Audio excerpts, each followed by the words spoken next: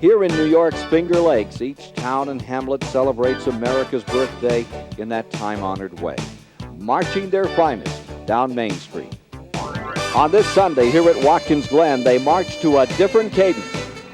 The world's finest prototype cars strut their stuff as Nissan, Jaguar, Porsche, Toyota, Ferrari, Mazda, and American Buick, Oldsmobile, and Chevrolet-powered cars are marshaled by some of the world's best drivers. Australia's Brabham, England's Bell, Denmark's Nielsen, Italy's Moretti, Mexico's Thomas Lopez, against All-Americans like Davy Jones, Rocky Moran, and Price Cobb. Even old Blue Eyes will grace this March for Glory in the 1990 Camel Continental at Watkins Glen.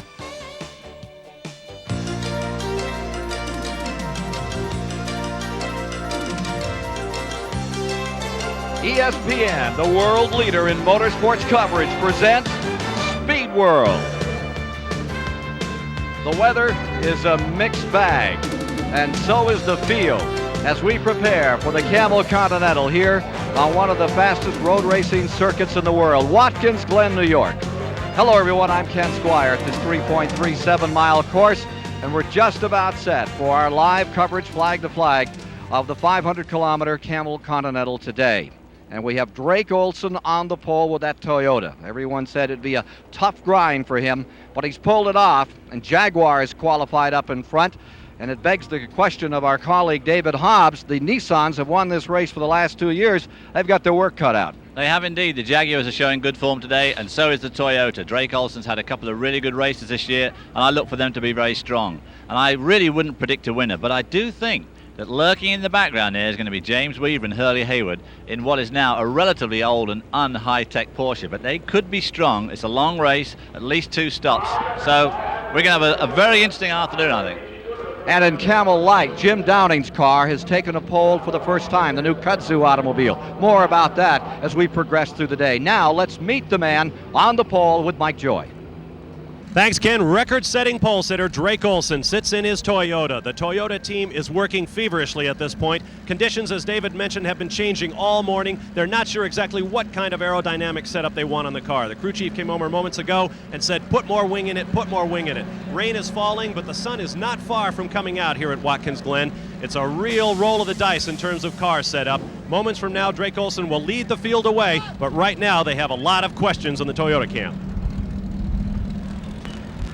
Now let's go to Mike Joy. Thank you, Bob. The defending champion of this race is Nissan. And while defending champion each I have a technical problem down on pit road as Mike Joy is trying to get a word from one of the Nissan teams, and I understand the Nissan cars are having a bit of a problem here today as well. They had qualified the 83 and the 84 car, and already we're being told that one of those cars is going to be withdrawn, and they will start the Mule, the number 1 car, in the rear of the field, and we'll follow that story for you. As you see the Toyotas being rolled out, and we get ready to go green for 92 laps or 3 hours, whichever comes up first, and in rain it could well be the 3-hour limitation that will mark this race. It certainly could be. The sky is definitely lightening up a lot, and we had a beautiful morning up till about 10:30, so, you know, who knows? Well, let's look at this track under the best of conditions. Here's the description of Watkins Glen from David Hobbs. There you see the vital statistics, but that's only part of the story. A lot of elevation change here, and the surface is very bumpy, but all in all, a very satisfying track for a driver. Let's go for a ride now. We cross the start-finish line at about 130 miles an hour, up to about 150 here, and then hard on the brakes into turn 1 and down to second gear. A lot of passing is going to take place in this corner this afternoon. Up through the gearbox as the road falls away and into a very, very daunting set of right, left, right corners, picking up speed all the way through, exit at about 155 miles an hour as we take top gear and go on this long uphill straightaway. Back in 1985, I was the first man to do 200 miles an hour down here at about 210 in the turbocharged Chevrolet car of Hendrick. On the brakes and down to 4th for turn 5, a long right-hander. We're still actually here on part of the NASCAR circuit, but they veer off there. We go on down this hill, again downhill, down to 3rd gear for this left-hander. Road still falling away. A lot of understeer here these cars get. Accelerate out of here, up to 4th gear, down this hill, and we come to the boot. The car bottoms out here, dips, hard on the brakes, down to 3rd or maybe even 2nd for some people. tight into the apex there, accelerating uphill. Very, very bumpy straight we're coming onto now, but important, because as we come into turn 8 here, we're going to see more passing at this point, into second gear. Through that corner, very tight line, accelerate downhill up to third, maybe even fourth, and then hard on the binders as we come into turn 9. A long, long left-hander. We rejoin the NASCAR circuit here. That's taken in third gear, and accelerate up as we come into the S's. This is this left-right complex. Extremely important part of the track, especially this right-hander coming up. The final turn 11. We must make a good job of this, because at the end of the coming up straight here, we're going to do a lot of passing as the afternoon progresses. Gentlemen, start your engines!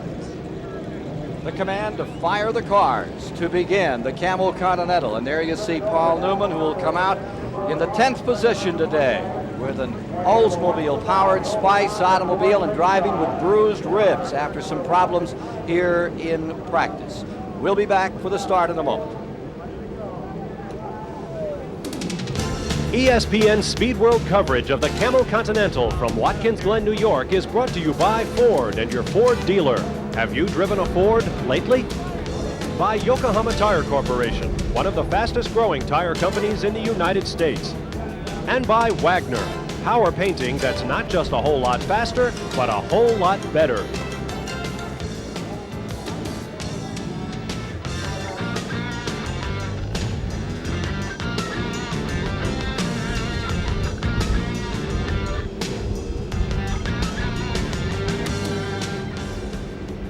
We're back with you at Watkins Glen, and as we mentioned, it's 92 laps or 3 hours to decide this race as the field rolls out. There you see the 84 car coming off the line, and the remainder of the field, the 83 car has been withdrawn. More coming up on that in a moment, and the 1 car, the mule from the Nissan team, will now start last, which means that in that car will be Brabham and Daly, and they'll have their work cut out coming from the rear. It'll be fun to watch them. Not much fun for them. So let's take a look now at the Sears Die-Hard starting grid for the 1990 Watkins Glen Camel Continental. On the pole with a new track record at over 129 miles per hour as we look at the men that did it. Drake Olson is there for Toyota. Beside him, Davy Jones, originally out of Cortland, New York. The Sea Captain's son has his work cut out for him this afternoon. In row 2, it's Chip Robinson who has tasted victory here and is currently second in points. Beside him comes that other Jaguar, number 61, and Price Cobb, part of the team that won at Le Mans, is in that machine. Going to row 3, and there's Brabham. He's won it 2 years in a row with 2 different drivers, John Morton and last year Robinson. The issue is, can he do it this year? Outside of there is James Weaver driving the Dyson Porsche. Only 2 Porsches here this time for the 962 vintage. Going to row 4, John Paul Jr. in the number 67 Nissan. And he should be cutting a pretty fine line. He loves the rain. Then the 3-time GTU champion qualified car number 33 on the outside of row 4, Tom Kendall from California. Row 5 is the car that finished second here a year ago. And Wayne Taylor was the one that qualified at this round. Jim Milner will get some work in that one. Outside of row 5 is Michael Brockman. Remember, he won here a couple of years ago. His co-driver is P.L. Newman. In row 6, Derek Bell is in the second 962 with Moretti. And alongside that 962 is Rocky Moran in that second Toyota to start. Row 7 today is Charles Morgan and the Kudzu, which is built by Jim Downing. Finally takes a pole in Camel Light. Outside is Calvin Fish in the number 19 Camel Light car. For row 8, Velez from Spain is there, and that's the car that's been winning everything at Camel Light. Alongside is Jim Downing himself in the other Kudzu automobile in this event. And rounding out the field is Melgretti, and this guy is in a car that is sort of like a man without a country. It's a car without a grouping. It is a 4-valve Ferrari, so it can't run in Camel Light. It is running in prototype, but it's running on the tail end of everything 3 or 4 seconds down. It'll be interesting to see how it comes along. Then Howard Katz in car number 9. He was a winner here with Jim Downing a year ago. Camel Light car. Row 10, Uli Berry. That's the car, the number 40 car, that is the machine that they can't decide which category it's in. Well, they've decided it's in C1, and another absolute disaster has befallen the Jaguar team. Their car number 61 is in the pits and apparently has a fuel pump problem. So one of the Jags is down, and they had to go to a reserve Nissan. Let's go to the pits for just a moment. Gentlemen, during the afternoon, I don't think we can overstate what a black hole Watkins Glen has been for this proud Jaguar team. They have started 2 cars here for 2 years. They have yet to record their first finish at Watkins Glen in IMSA racing. Right now, John Nielsen, ironically the man who shared the Le Mans 24 hours winning Jaguar with Price Cobb, with whom he'll drive in this race, sits forlornly on the grid as they work feverishly to change the fuel pump. Now, once the field passes, and it is just crossing under the start-finish banner right now, the team will be allowed to push this car back to their pits, which is at the very entrance to the pits, in order to effect any other repairs. But for right now, John Nielsen has gone from the heights of a Le Mans victory to the depths of a non-start on the grid here at the Glen. So there'll be 2 cars coming from the very back on this very wet, rainy day, nasty track. Well, of course, the pit must have been absolutely a scene of feverish activity working up to this race after such a beautiful morning, and their warm-up was run in good conditions. Everybody will have been changing wings. Some teams may have even gone so far as to change springs and sway bar settings for sure, especially those that are adjustable. There's the #1 car replacing the 83 car, which is their old model, but of course has won something like 30-odd races, so it's certainly not an old, obsolete model, but it's obsolete compared to their new one. Although he's starting at the back, of course, they really mean at the back of the C1 grid. I notice he's taken a position ahead of all the Camel light cars. So far, that is. Whether the powers that be decide that's on or off, I don't know. Take a look at what that half-mile back straightaway looks like, where 206 miles per hour was registered by Drake Olson in the trap. Let's go to Mike Joy on pit road. Ken, the Nissan team has had a really tough morning. They blew a turbocharger in the morning warm-up in the 84 car, replaced it, and that's the car Chip Robinson will start. They had to coin flip right when they rolled the cars to the grid, rolled the 83 back to the garage with a black box electrical problem, and towed it out car #1. Fortunately, Jeff Brabham had practiced in that car for about an hour yesterday, so they had a little bit of a chance to develop and work with it, but until this morning they were not planning to race that car. He starts at the back, not the very tail end of the field, but the back of the prototype part of the grid, just in front of Charles Morgan, the new Camel Light track record holder. There's the story on the Nissan as we settle down and get ready for a go here this afternoon. Coming to you live from Watkins Glen, the Camel Continental. A lot of water coming across the track there on the approach to turn 7. That could cause a bit of problem. Now, there's a lot of water running across the track. Standing water is one thing you really don't want. Getting set for a start, Mike Brockman in that 5 car in which Newman will join him, and Paul injured his ribs much as you did yours in this similar situation. Absolutely. These modern GTP cars have got so much developed, so much side force, that he hurt his ribs yesterday, the seat, pushing on the seat so hard with the chest. It really does. And my ribs still ache from Japan, which is nearly 3 months ago. Jay Cochran may get a run in that car for some of the day. There are the weather conditions. And as we say, it was as shiny as a new dime at 7:30 this morning. Then turned foggy, then turned rainy. Continues that way at the present time. Because if they've all changed their setup for a wet race and now it dries out, somebody's going to get caught badly out. Which well could happen. The way we look over the valley here, it well could be that they'll have a dry track before they've even advanced 100 miles into this thing in a bright sunshiny day once again. These big ground effect cars, of course, pump huge amounts of water off the track. You see the purse for today, extra $60,000 in the Camel Pyramid. Last year's winners, the Nissan, going for 3 in a row. Getting set to bring them down. They're coming out of that final turn 11, headed into the main straightaway. Watch those rooster tails of rain as they fly into turn #1. Drake Olson trying to lead the way, but the Jaguar cruising on the outside, going into the first turn, taking the advantage. And Spice there, Tommy Kendall with the green and white car coming up. There's the #1 car of Jeff Brabham. All the field through turn 1. Davy Jones driving the Jag that sprints out in front. Here's Davy Jones into that first position. Olson is running in second.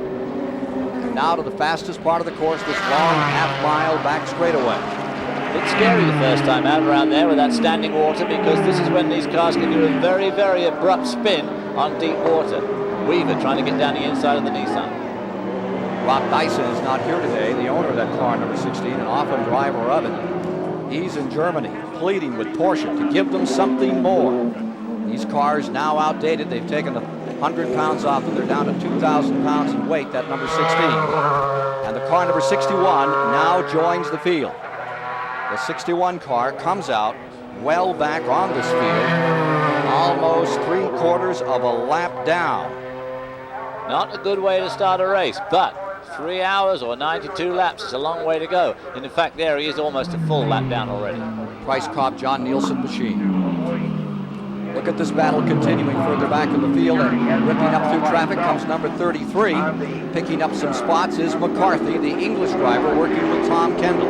Kendall qualified the car. Now McCarthy is in the 33. The young Englishman really seems to like the wet. Weaver closing in, turn 10. Slippery there. Weaver could have a good day today. The Porsche is a bit long in the tooth, but of course an incredibly reliable car and a lot of downforce. That is the looks like the Velez car. Velez car. Lopez. Yep. Thomas Lopez has had 5 victories this year. The number 32 car leading the Camel Lights back underway. 6 victories in Big Card this year. And back underway. Up in front, it's Jaguar leading. And Davy Jones is there. There's the Velez car making its way around. Second place man is Olsen in the 98. And the number 33, Chevy Spice. Kendall McCarthy. McCarthy at the controls is currently 3rd. Weaver has taken number 16 into 4th.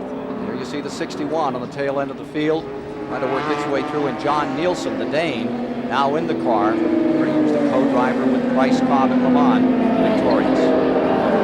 The Nissan there with the headlights on it is equipped with Goodrich tires, BF Goodrich. This is a big racing effort. Number 1 car, gives you some idea of the gloom out there. It's a bit misleading because we've got a long lens on that, but even so, it is extremely misty, foggy, and a lot of spray being kicked up by those cars. You can see the spray coming up Jeff Bramley's car there. Car number 84 around the 16, that was for 4th position. You see the 61 tail ending the field, trying to pick up some time is Nielsen, and now you see just behind them the 98 car and the 33 machine as they continue their war. That is for 2nd place. 60 car, Jones has drawn out in front, and he's already has lapped his teammate. 2nd place battle, and McCarthy looking very good. There's the lap car, and then here are the 2 cars battling for 2nd position. Gentlemen, let me update you on the 61 car with John Nielsen. They were able to effect the change so quickly. The problem was the fuel pump. What they did was not change the pump, but add an emergency pump, simply circumventing the one that was not functioning with an emergency one that is now riding alongside John Nielsen in that car. So as Davy Jones continues to lead here, the man on the charge is McCarthy in the number 33, the Chevy Spice. Just overwhelming everyone, just picked up and moved around the number 98 car and has his sights set on the number 60 Jaguar, which is the lead, 61 on the tail end of the lead lap. And Nielsen trying to settle in here. There is the leader, number 60, Davy Jones. He's a great starter. I remember when I raced here in the BMW team back in '86, he and I were on the front row together, and he went off like an absolute bat out of hell when the flag dropped and pulled out about 4 seconds on me in a couple of laps. He's done just the same to this field this afternoon, but that Spice is really honking on here. The number 33 car pulled out over the Toyota, the pole-sitting Toyota. I think the Toyota's probably very stiffly sprung and not absolutely ideally suited for wet weather conditions. If it should dry out, look for that car to pick up speed again. Car number 64 that was in 6 is now in the pits. The car that finished 2nd a year ago is Bob Earl. The 64 car is in fact here. I believe it's an axle problem. There must have been a vibration that Wayne Taylor sensed in the car. The crew ripped off the right side rear tire, immediately started yanking on the axle and the upright. They found whatever it is. They're going to take off the hood now. Very costly early stop for Wayne Taylor and Jim Miller. Meanwhile, Perry McCarthy out on the track continues in car number 33 to close on the leader. Number 60 as we take a look at this machine which gave such a great performance a year back. Jaguar is leading, looking for its 3rd win of the season, and this car, number 33, being driven by Perry McCarthy in his 2nd U.S. race, continues to close ground here in the Camel Continental, just underway under very adverse conditions. McCarthy, whose first race was at Mid-Ohio with Thomas Lopez in the Camel Lights, and he won it, is continuing to gain ground on that lead automobile. We'll be back with more of the Camel Continental from Watkins Glen, New York on a rainy, dreary day in a moment.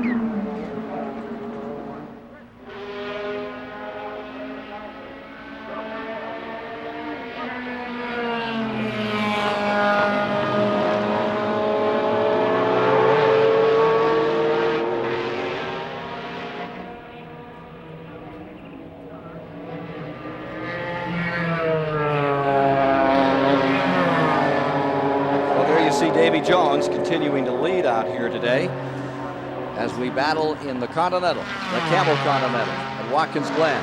But what had been a 4-second advantage has now been whittled down to just this margin over the second place car, number 33, the Chevy Spice. And the old predictor Hobbs was right on the nickel about the performance of that Chevy Spice from the 4th row at the outset. Well, you've got a couple of advantages. The Spice is an extremely drivable car. I drove a 19 Spice in Japan just a few months ago. They're very easy to drive. And of course, with a normally aspirated engine, in a wet weather condition, you have so much more control over how you apply the power. A turbo always has that little bit of lag, and it always has a huge rush of horsepower, which in the wet is not what you want. So the 6-speed Chev, he's got more than enough torque in that Spice. And obviously he's finding extremely drivable this afternoon, but he just doesn't have the grunt down the straight, for instance, which is a long part of this course, that the Jaguar does. So Perry McCarthy is hoping that he's going to stay wet, but the sun appears to be coming out to me. So look at that, right on him now. This is a very, very slippery corner as they come onto the old circuit. And he pulls right alongside, and there's that tremendous torque he's got. He's got the inside line going into turn 10 and takes it away. He's driving extremely well. Davy Jones, I'll tell you, when it comes to driving these cars. So we have a new leader, and it is a Chevy Spice going out in front. And the Chevy Spice guys going absolutely burlesque in their pit. The second car, number 64 car, is still in the pits. It was penalized for having extra folks over the wall on the 64. They also have an axle problem apparently for just barely brushing something out here in the turn 8 area, we're told. Bob Barsha has more. Julian Randles is team manager for Spice USA. They now have their first lead in a Camel GT race. Perry McCarthy, in only his second race, has given it to you, Julian. What'd you light under his fire? Well, I've known for some time he was extremely good in the wet anyway. I've looked at his Formula 3 results. He was always very quick in the wet. And I think the car suits the wet. I mean, we're giving away 150, 180 horsepower maybe to the turbo cars. And the rain's a great equalizer. We run a softer setup anyway with our car, which suits the rain. We get more grip. So if conditions persist, you feel confident you can lead all the way? Yeah, we're doing a rain dance here. Julian Randles. And what a mix of cars we have up in front, with Chevy Spice in front, Jaguar currently in second, Toyota third, the Porsche in fourth, and the second Toyota back in the 5th spot. Showing in sixth currently is the Robinson Earl number 84 Nissan car, and in 7th is Brabham in that car number 1. Second place in the event, Davy Jones trailing number 33. Not by much as the battle continues up in front. McCarthy really wheeling this car around this track this afternoon, but of course as it inexorably dries out, he's going to find himself falling back into the clutches of the Jaguar and the other turbocharged cars, one of which of course will be the Toyota of Drake Olsen, who sat on the pole. Look for him to really come to life if the track should dry out. You can see beginnings of a dry line there, but still extremely slippery.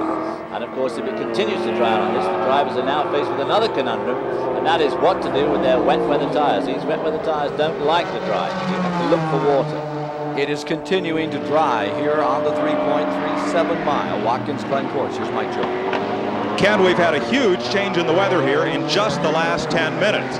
About an hour ago, this entire racetrack was shrouded in deep fog and a heavy downpour.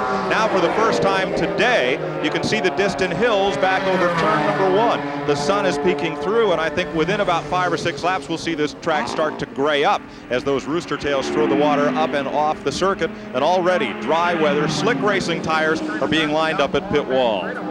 So the Chevy Spice, which has done so well with McCarthy in the wet, may more than have their hands full. Here's your third place car, and fourth place, 98 and 99. The 98 being driven by Drake Olsen and the 99 by Fangio. Fangio's done well. They qualified very poorly yesterday afternoon. They had a lot of troubles, and they qualified right back in 12th spot. But they have done Fangio has done a great job. Of course, the first win in the Toyota was Fangio earlier on this year at Topeka, Kansas. And he is pulling up through the field to try and get to grips with his own teammate, who was on the pole. It looks at the moment to be achieving just that.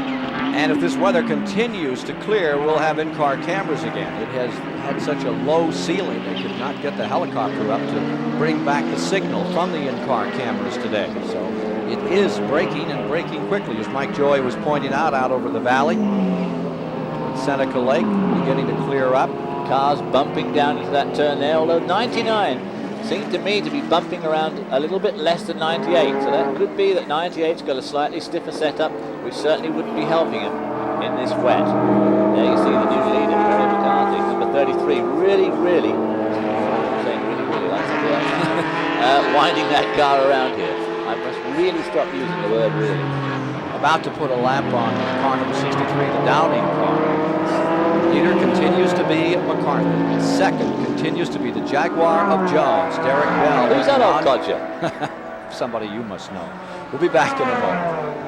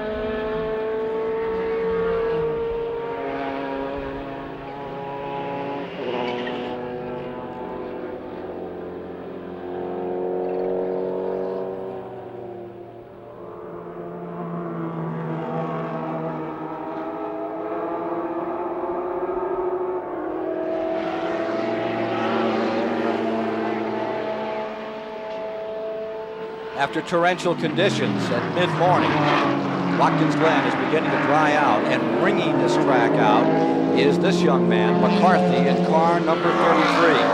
Right behind him is car number 60, Davy Jones, maintaining second place for Jaguar. Some lap cars in there, but Davy Jones is the second place man as the track continues to dry. One way behind too. Perry McCarthy's pulled out a huge lead. Now watch for Davy Jones to start looking for water on this straight. If I was them at the moment, I'd be looking for water now to keep my tyres cool, because these rain tyres, as I said a few moments ago, do not like dry tracks, and it is definitely drying on line. Meanwhile, let's go back to number 16 in A4, battle for 5th position. There you see James Weaver in the Porsche 962, the Dyson entry, and directly behind him is Robinson. And there's Fangio taking our pole sitter. Drake Olsen, 98, being overtaken by Juan Fangio, the second, who in fact qualified only in 12th spot. In fact, it wasn't their fault they had a bad afternoon, but he's driving extremely well this afternoon. And that 99 now has moved to 3rd position. 98 falls to 4th for Team Toyota. Here's Mike Joy. Well, then I was going to ask Dan Gurney about team orders, but I guess, Dan, there aren't team orders if your drivers can swap positions back and forth freely like that. No, I think Juan appears to be a little bit quicker right now, so I guess Drake let him go by, or Juan drove by, one or the other. What our cameras are seeing, it looks like Drake's car is set up a little stiffer. It seems to be bouncing a bit more than Juan's, is it? Yes, although they should be awfully close. I don't know, it could be the way the shocks are adjusted or something else. And that something else just could be driving style. That's Dan Gurney, a racing champion. He runs the Toyota team. Running 12th in the race is Fernando Melgretti, and that is the Ferrari Spice, which is leading in Camel Lights with the second place man Calvin Fish at the present time. Here's that 99 car, Fangio, currently in 3rd as he's ripped up through the field and continues to close on the leaders. 33 McCarthy stays 1st, the Jaguar of Jones staying 2nd. Nearly a 10-second gap now between those two. It'll be interesting to see if the 99 car can make any impression on Jones, because that would then put the Toyota back in the 2nd spot. But the sun, just a few moments ago, we saw these cars on the back side of this circuit. The sun was shining, the cars were casting a shadow. When the sun comes out here at Watkins Glen in July, or on the last day of June, it's very, very warm, and that'll dry this track out literally in moments. And so look for some pit action. So Bob and Mike Joy better get ready down there to go running from pit to pit and picking up all sorts of bits of great information. Here's the 98, Drake Olsen, who finished 3rd here at Watkins Glen, 89 with Fangio, picking his way around this track, this very fast track, as fast as anything that the IMSA series will see in 1990. Pole position nearly 130 mile average. That's not too bad, because as you can see from this picture, there's quite a few relatively slow corners on this track. There's James Weaver, who has now dropped back into the 6th position, as Robinson in the Nissan number 84 has taken over in 5th. James Weaver driving the number 16, for which I had offered my services to drive this year, but to no avail. I got James Weaver and Hurley Hayden to drive it, but obviously ESPN's gain is their loss, but that's the way life goes, I suppose. 84 not doing as well as I thought it might do. Here's how that pass happened with car 84. Down the inside, he's on the wet, good and wet there. See the steam coming off the road there. It'll dry out in moments. Good for 5th place. Now the gamble is what you do on pit road about those tires. 84 running very slowly here, coming back. I think at this point, it's not going to be more than 2 or 3 laps before you'll be quicker on the slick tires. But as we saw from Montreal just 3 weeks ago, as soon as you get offline on slick tires, a la Thierry Boutsen, you can have some nasty shocks awaiting for you. There you see the 16, and behind him is coming the Brabham, coming out in the last of the GTP classification, closing in here on the car number 16 of Weaver. Well, it looked to me like that 84 car was just off its feet for a moment in one of those corners and picked it back up again. It did just a little bit. Now through these quick S's, have to follow line by line through there. Obviously you wouldn't want to get off that dry line going through there. Here we see the 16 car. We believe the 16 car might be ready to pit. Maybe there's a problem. Maybe the tires have gone away.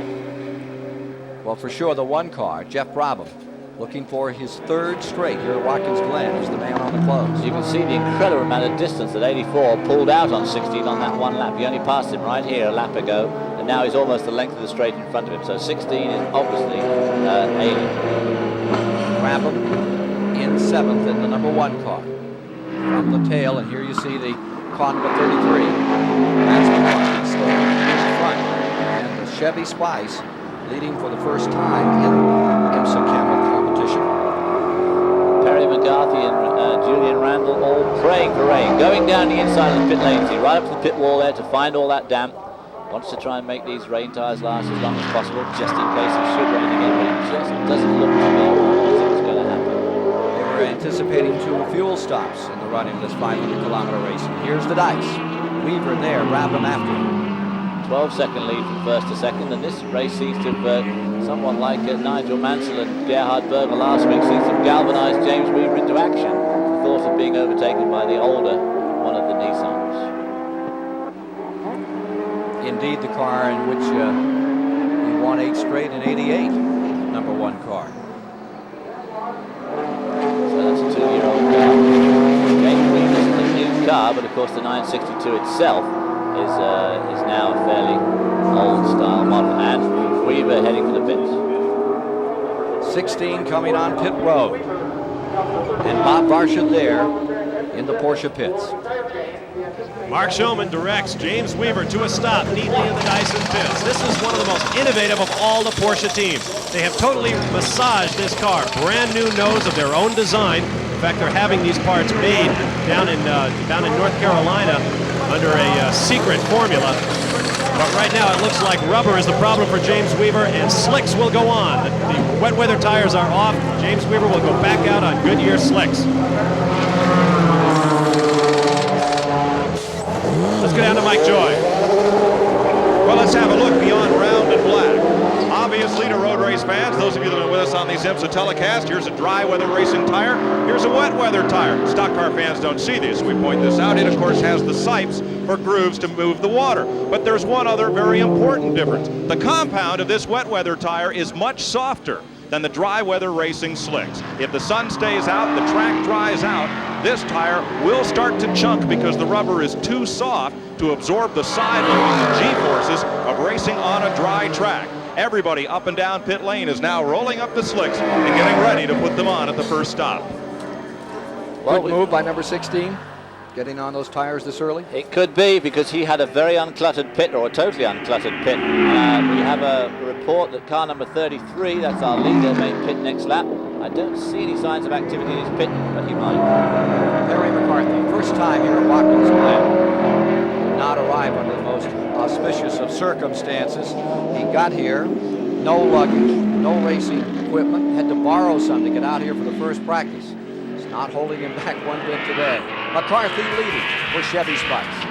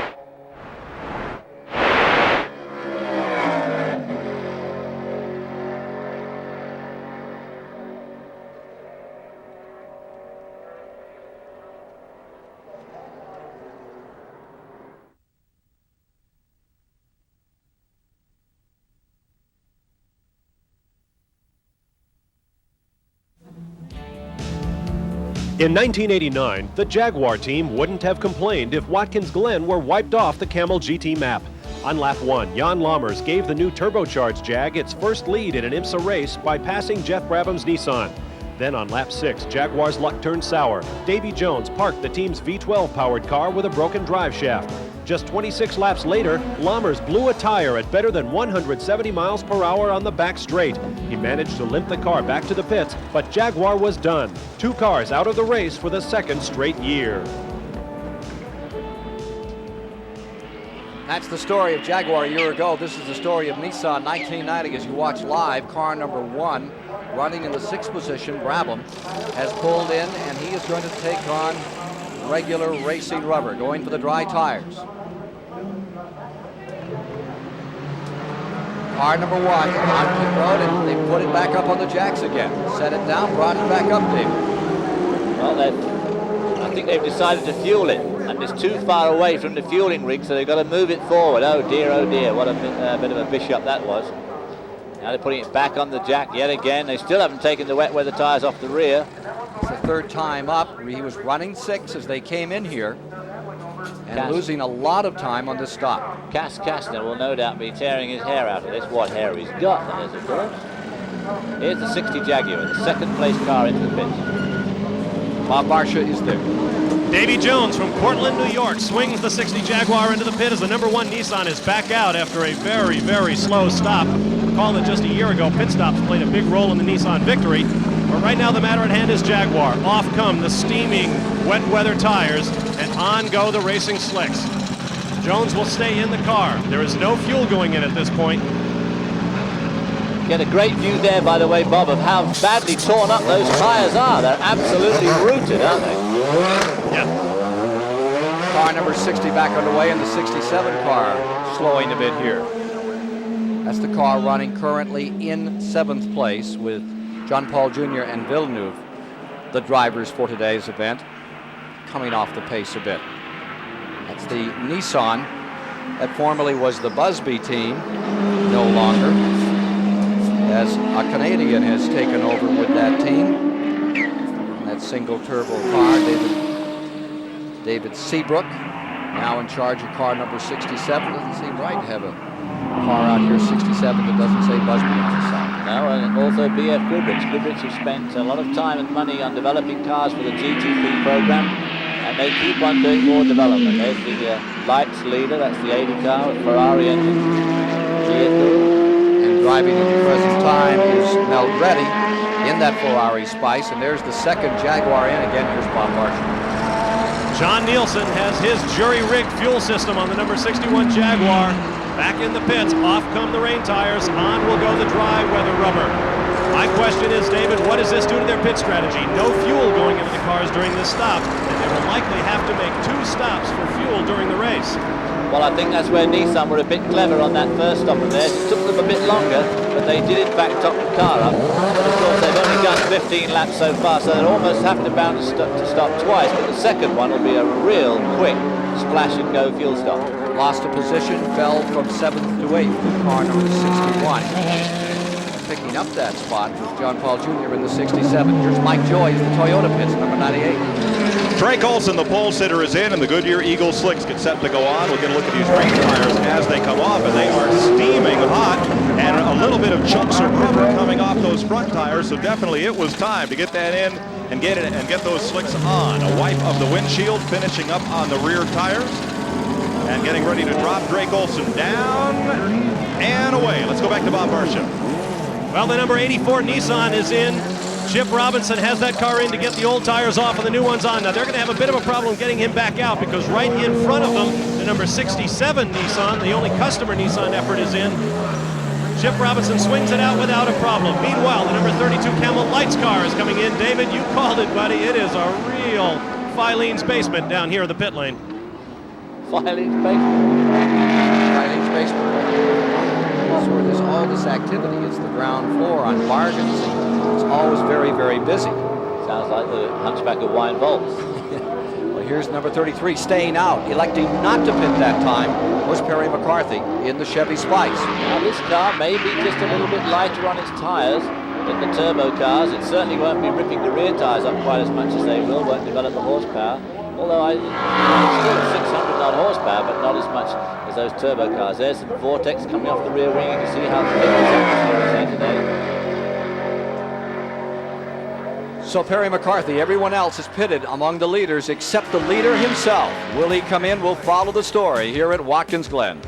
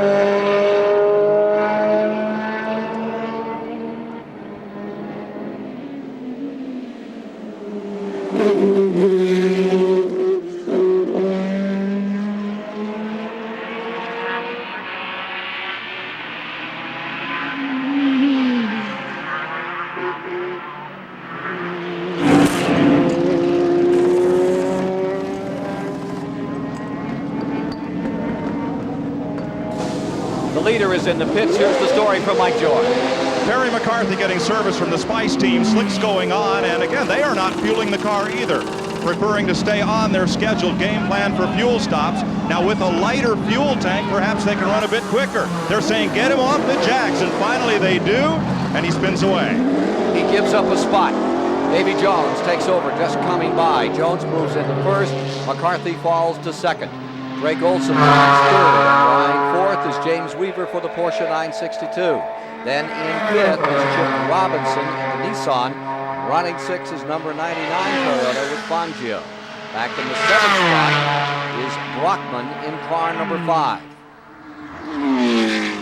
Mike Joy. David Hobbs, I'm wondering about this strategy. Some of these teams are taking on fuel. If there's a caution later on, they would not have to stop or give up track position. But these teams that are taking on the 4 tires and not taking the time to get fuel, maybe the car will run a little quicker because it's lighter, but what do you think of that strategy? Well, I don't think it's the way to go. Not with 17 laps gone. If it had been like 4 or 5 laps in, that's one thing. But with 17 laps down, I would have thought it would have been time to put some fuel in the car. They will be lighter, but I don't know how much it's going to help. Of course, if nobody else puts the fuel in, it doesn't matter because they'll all have to stop again. But I think that the Chevrolet Spice's moment of glory is probably past as it continues to get drier and drier. I think these more powerful turbocharged cars will be able to stretch their legs and pull away. But hopes will determine the human heart because it may rain again. 7th place car. Mike Brockman is now on pit road. Prototype. Let's go to that car number 5 pit. Michael Brockman at the wheel. He's the road test editor for Motor Trend magazine. Wonder what kind of testing he's doing here today. Paul Newman tested this car at Lime Rock a month ago, decided to come here and run it at Watkins Glen. They have a sweet power steering rack on the car, make it a little easier to drive with the tremendous cornering G-forces these generate. And that front tire that's come off, boy, it's ready. I mean, the cars that are still out there on rain tires may begin having problems if they don't get any rain soon. There are only 4 of them that have yet to pit. So the Old Spice rejoins the field. That's Old Spice. Not a commercial name coming back out. Looks like the 64 is finally back online. It was in for many laps. We'll get a count as to how far down it is in the race. Maybe Bob Barsha can tell us more. I'll give you an update on both of the cars that were parked here a moment ago. The 64 car had hit something. Wade Taylor had clobbered something with the right rear corner. Suspension problem, they got it fixed, but he was many, many laps down. Now behind me is the 67 car. John Paul Jr. sits in it. He brought it in with a broken shift linkage. He can only get third, and that's not good enough for a place like the Glen. 64 being reported 16 laps down. 16 laps off the field. Well, you have to be a rocket scientist to work at it. Jones stays first. Kendall stays in second in the lead lap. Olson is in third for Toyota. Weaver stays fourth. Robinson fifth. Fangio is sixth. Brabham in the number 1 Nissan lies seventh, and the number 61 Jaguar is now eighth. John Nielsen driving, and the Old Spice with Brockman is in ninth. Bob Nielsen car is in eighth. Going to the leader in Camel Light. That would be car number 80, Mel Reddy. Shower of sparks, and that Toyota has been doing that throughout all the practice periods all around this racetrack on full tanks. Well, Davy Jones seems to have got himself a 15-second lead. I didn't think that Spice pit stop was all that bad. It seemed pretty quick to me, but it must have been considerably longer than David Jones's, because he had about a 12-second lead on Jones, and with any luck, he could have come in after Jones had his pit stop and still been in the lead, but I don't know what happened to him. Something's gone wrong somewhere, and he's 15 seconds down now. There's your Camel Light leader, Malgretti, Rogerio Malgretti from Milan, looking for his 6th win. He pulls it off here today in Camel Lights. Won at Lime Rock earlier this year, and he has a fair advantage at the present time over the car of Jim Downey, who is in second. Downey has brought the Kudzu up into the 2nd spot. It's the Mazda Kudzu, and he has a new driver in the car number 63 for this outing. Guy that's doing very well, John Grooms out of Elliott, Maine. Very, very smooth. Down number 80 on pit road, sliding to a halt. Leader in Camel Light, here's Mountain. And they'll go to slicks. Ken, this will be the last car that started this race to make a pit stop. The rain tires coming off, a squirt of spritz for the windshield, and they'll wipe that off. And they're fueling this car. The Lights may be able to go this race on 2 pit stops, but I'm not sure if making a stop this early, or excuse me, on 1 stop, if this early would allow them to do that. But I agree with David Hobbs. If you're going to have the car in here, fuel it up, because you don't know what's going to unfold as this race develops. A little slow there on the left front. Now they've got that tire on. The other 3 are done. 1 center lock nut. It's on. The thread started. Here goes the air gun. And a wipe of the windshield complete. You see the dirt and dust on that car from running around here in the slipstream. Everybody else. Driver with his hands in the air like, what's going on? Now they've got to go around and tighten up the right front. Well, folks, here goes the lead in Camel Lights. It gives all the appearance of a 60s Ferrari pit stop. Apparently the air gun misfired. Now they're going to put the nut back on. Oh, you see the driver just slamming his hand on the steering wheel like, well, it is one of those days. Now he's done. Car number 80 back underway. Very lengthy pit stop. And car number 63, we're being told, Jim Downing, takes over in first place, Camel Light. And a very frustrated driver behind the wheel now. Nothing worse than working yourself up into a ladder, doing a really good job in difficult conditions and rain, and then losing it all in the pit stop. You see one of the 962s, and here's the 63 being shown as second even after that lengthy pit stop. 63, which had been running second, apparently got in the pits, did some tire work of his own, and he maintained second place, David, Jim Downing. And more on his pit stop from Mike Joe. Well, the culprit, Ken, was one of these air wrenches. They are specially built. They're a little like a NASCAR wrench, but they develop more torque, and they hold only that 1 center lock nut. And apparently the gun that was being used on the left front misfired. The team did not have a prearranged signal, as you'll see in NASCAR or kart racing, for somebody to jump with another gun over the wall. So it took 10, 15, 20 seconds for them to re-cue and get things reorganized. The gun that misfired is off in the trash can. They've got 2 new ones at the ready for the next stop, but a very tough break. Tough indeed. Leader in Camel Lights becomes, after this change around, car number 19, Calvin Fish. Fish's car will move up, and the 80 car will still be shown in the 2nd spot. The 8 car, that's Morgan and Hessert in a Buick Kudzu. They're now running 13th overall and 3rd in Camel Light. And then the 14th position and 4th in Camel Light would be Jim Downing. There's that 19 car, Calvin Fish. Calvin Fish is driving with a guy called David Tennyson. David Tennyson owns the car. He's a fairly wealthy young Canadian. He's very young. He has limited driving experience, but Calvin Fish was just today extolling the virtues of it. So he really has improved enormously. And the lap time between them, the difference, is now getting closer and closer as Tennyson gets more experience. So Calvin thinks very highly of his young teammate. And at the moment, Calvin's got the car in the lead. And I think the way he was talking this morning, he feels if he can get it there, his teammate can hold it. Calvin Fisher was out of racing Formula Atlantic 2 or 3 seasons back. 87, he was Eastern champion, and he's won a couple of ARS races. The number 80 car, now shown as second in Camel Lights, is back after a lengthy pit stop, trying to win the Camel Continental in Camel Lights.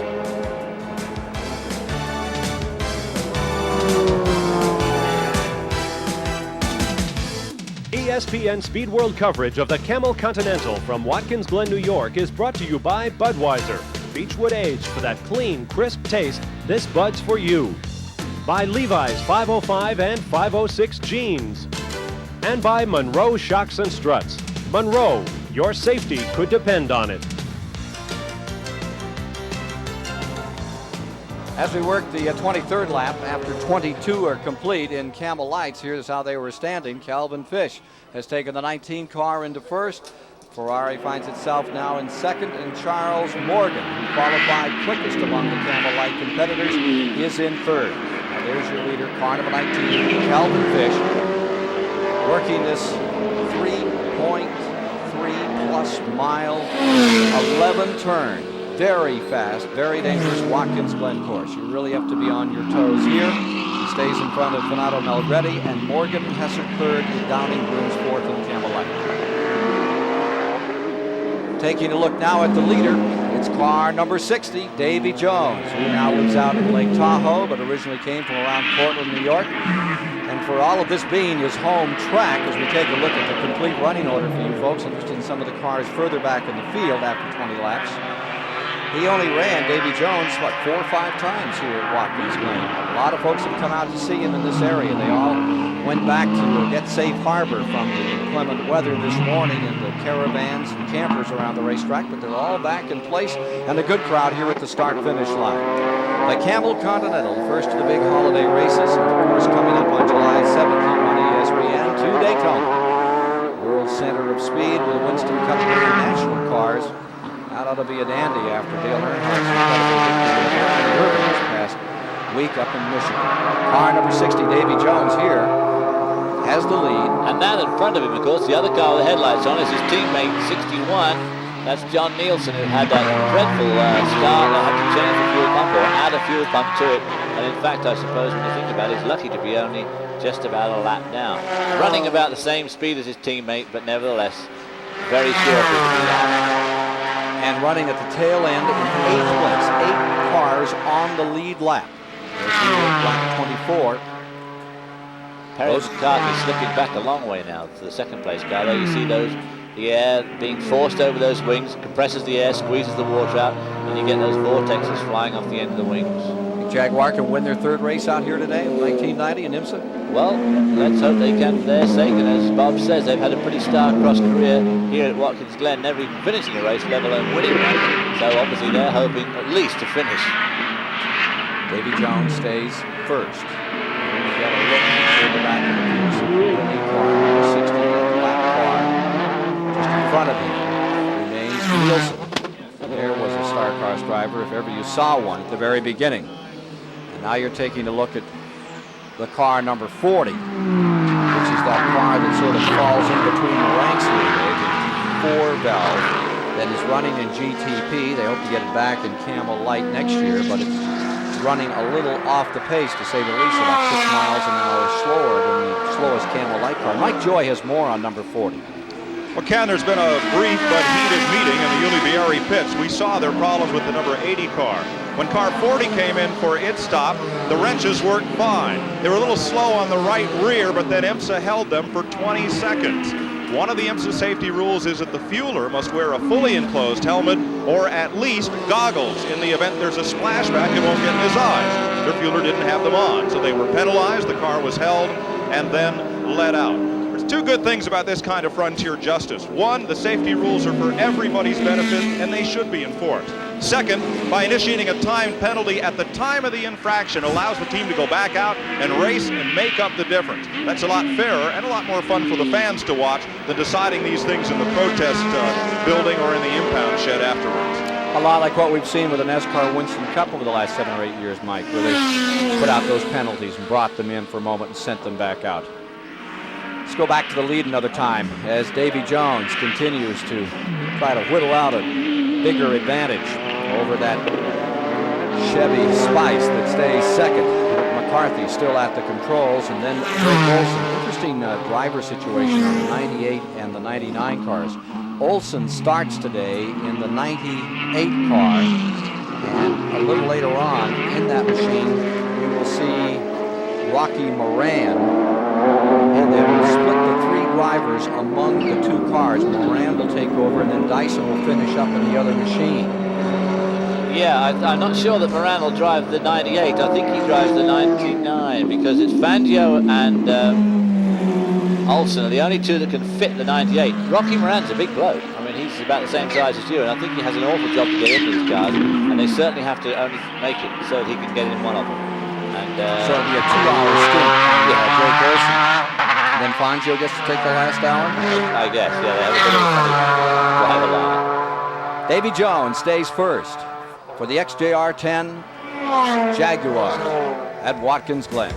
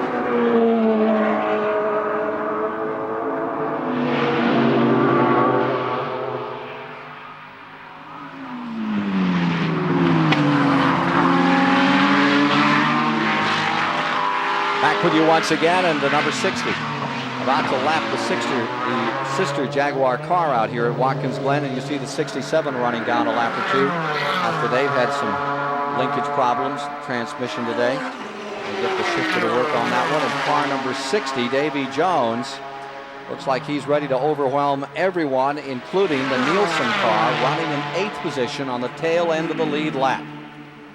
All zooming in and out of the light, Camel Lights traffic there. There's the Camel Lights leader, Calvin Fish. There's Davy Jones, the race leader, about to put another lap down on the 67 car, which had a fairly long pit stop.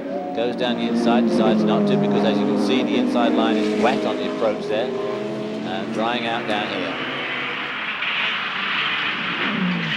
Down the inside of that Camel Light car.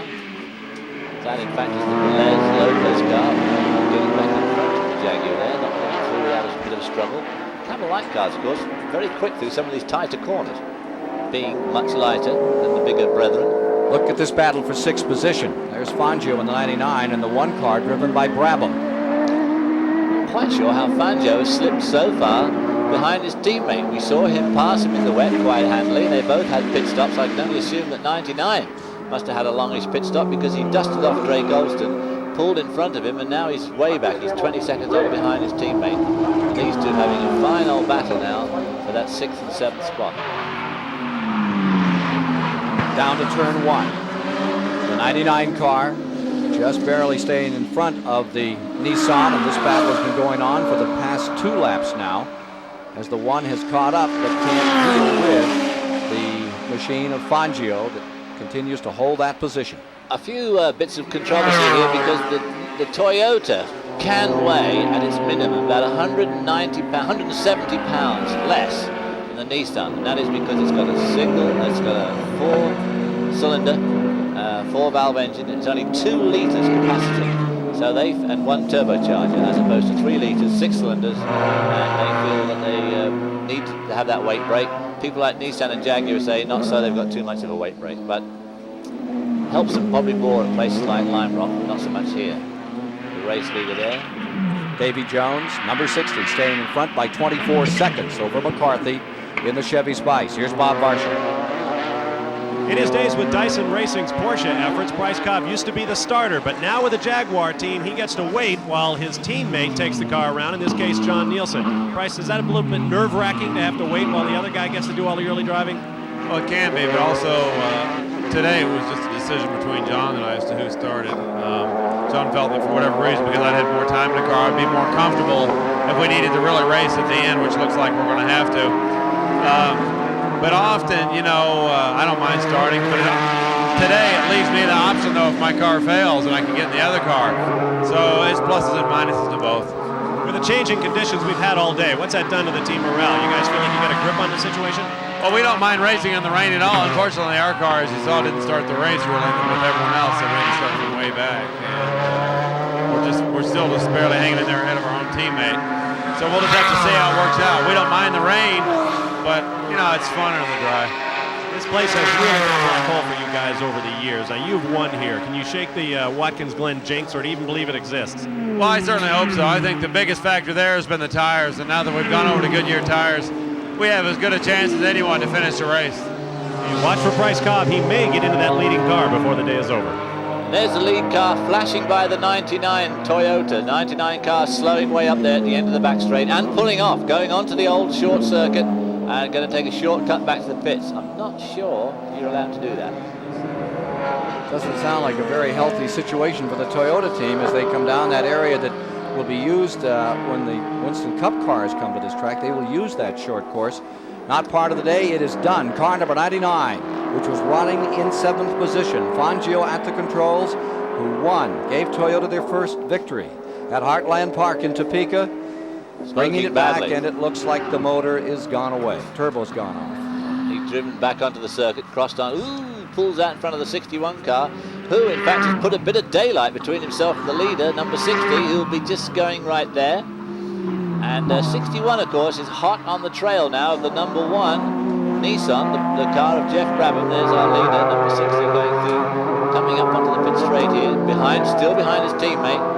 And his teammate in number 61 is hurrying along to try and catch the number 1 Nissan of Brabham. 7 cars now in the lead lap as car number 99 retires, and Jaguar is on the top and the bottom of the standings for the lead lap.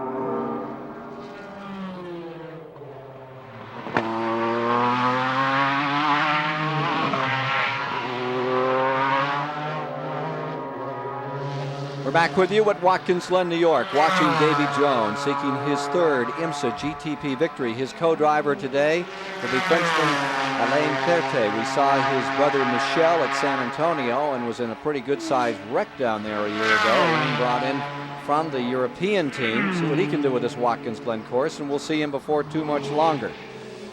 There you see the last lap speed. They're really getting around this place. That was accurate, 128 miles an hour. Hold the phone. Still, McCarthy stays second in the Chevy Spice, some 28 to 30 seconds down from the leader, and 3rd is Drake Olson. Let's go to the pits for this report. They're going to put the bonnet back on the Toyota as Fangio continues to sit in the car and now begins to unhook his harness. The motor is just broke. Oil coming out the bottom and a big hole at the front end of this 4-cylinder turbocharged Toyota engine. We'll get a word with Juan in a moment. Fangio unhitching, clambering out of this car in which he had such high hopes. Talking to him yesterday, he felt very optimistic about this track. He likes those high-speed turns of Watkins Glen, but it's not to be. Car number 60, Jones, continuing to pull away from the Chevy Spice. And the lone Toyota left is Drake Olson. Remember that he and Fangio raced to 3rd place in this event a year back. Now it's up to Olson to keep the fire lit for Dan Gurney's team. Fourth spot remains James Weaver with the 962, and fifth is Chip Robinson with the Nissan. Going sixth is Brabham in the second Nissan, and seventh, John Nielsen in the Jaguar. There you see the leader, car number 60 coming by.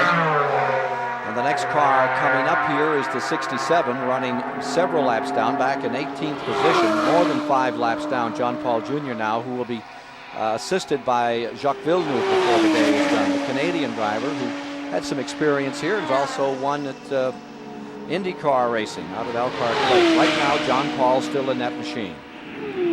Let's take a look a little further back at this field. See some of the other runners as we see him take that half-mile run down that back side of this course. Lengthy interval to the next car by. It gives you plenty of time to read the advertisements at the end of the straight. There's that second place car, number 33, which is the Kendall Martin machine. Perry McCarthy is slipping behind Jones by quite a bit. And he is also slipping into the clutches of Drake Olsen in the 98 Toyota to set the pole. So Perry McCarthy, you see here, in the normally aspirated Spice, will be regretting very much this race was not run in its entirety in the rain, because boy, he was a revelation in those first few laps in the rain. Well, there you see the 9 car of Howard Katz and Bonner. Bonner now at the controls of that Camel Light car, which is being shown as 5th overall on the field. Behind him is Calvin Fish. Calvin Fish is leading in Camel Lights in the 19 car. And a good 10th overall. So there's the sun coming out on the backside of this circuit. There's Derek Bell in the Momo car about to put a lap now. He decided against that, 98, right behind him. And he's driving with Giampiero Moretti, who owns the Momo concern, and they make all sorts of things, wheels, steering wheels, all sorts of other expensive bolt-on goodies. Watching the 98 car here, David, as it tries to get out from under some of the Camel Lights and move around that Porsche 962. And the 98 is third. It's trying to close on car number 33, Perry McCarthy, in the Chevy Spice. We look back through the field here, and now down the main straightaway across the start-finish line. He's around the 2 lights as well as the Porsche 962. Drake Olsen in car number 98. Third place overall in the Camel Continental here in Watkins Glen. There are the lights, and there's the 19. That's Calvin Fish. It gives you an idea of just how well these Camel Light cars do perform, because it's taking Derek Bell all this work to get around them. It's not until they get to this long, very fast corner and the back straight that he's able to leg it past with the vastly superior power of the 962 over that Camel Light and Calvin Fish. But it took him 3/4 of a lap to achieve that pass. So it just shows how quick these little Camel Lights are. Calvin Fish used to work that car in the front running position in his 7th IMSA start. And a second at Road Atlanta in the lights. Ferrari Spice, car number 19, leading here at Watkins Glen for the Camel Lights classification. For the overall prototypes, turbos, and all the fancy goodies, it's car number 60, Davy Jones. Half-lap advantage and building as Jaguar tries to win its 3rd race of 1990.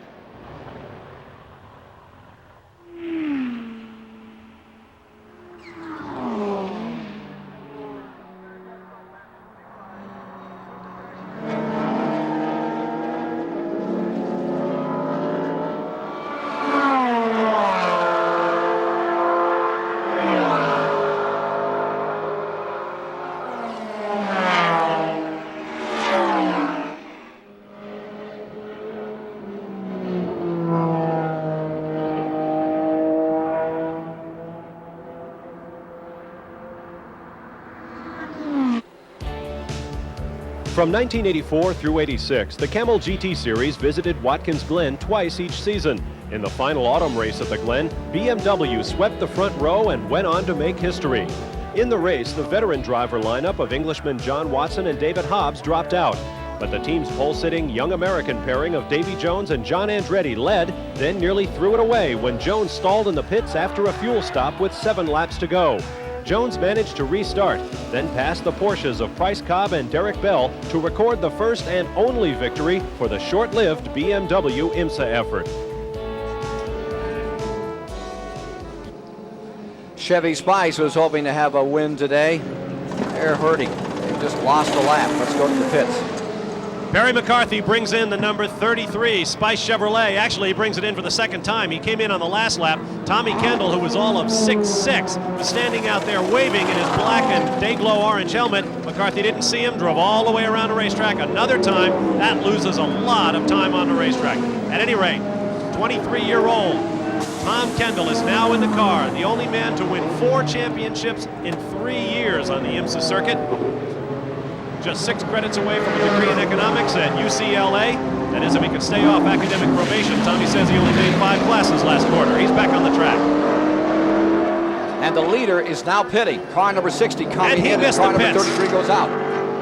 And car 60 missed the pits. Car 60 has to go back around again. I don't know what's wrong with these guys. These are some of the best pits in the world. Perhaps it's because they're too big and wide that they don't know where they're going. But that gives you an idea of the disaster that missing the pit was for Barry McCarthy. This is the leader about to lap the 33 car of McCarthy and Kendall, which so led this race and has only been lying in second up to this last disastrous in and out twice. Bob Barsham. Guys, I've got a theory about how he missed it. Jaguar used to park at the far end of the pits, down toward the exits. Davy Jones is a very focused young man. I wouldn't be surprised if coming into the pits, he thought, I'm going down where we always pit, down at the end. I mean, he missed that pit by a factor of about 5. He was way beyond it before he got on the binders and tried to get the car stopped. I don't think he thought for a moment, or remembered for a moment, that they're parked up at the entrance to the pits this year. Well, Davy Jones is back up to speed again, on his way back for a second visit to the pits, but Tommy Kendall does not seem to be going well in that 33 car. He's right off the pace. I wonder if that car has got a problem, which is why it came in the first place. The number 60 remains in first place. Number 98, Olsen, is still in second. Here's Mike. Well, Juan Fangio just took his helmet off, and now he's about to put it back on. First of all, your engine, did it give you any warning before it let go? No, no at all. What is it like driving a race car on a track that changes so drastically as this one did, from rain to dry, from fog to bright? What's that like? It's absolutely different, but you try to see what the car is doing and try to see how is the best way to drive it. It depends what the car is doing, of course, and if you think that for everybody is the same, you don't have to worry. And he'll hop in the car for Drake Olsen. The relief interview standing here is Rocky Moran. We'll get back with him in just a second. Let's go back upstairs. Second place is up at turn 11. Here's the leader on pit road, number 98, Drake Olsen. Trying to take over here as car number 60 makes the second stop, now in the proper spot. Down it comes. The second place man is across the line, taking first. Drake Olsen now takes over out in front. Off to Jackson, still a little more time on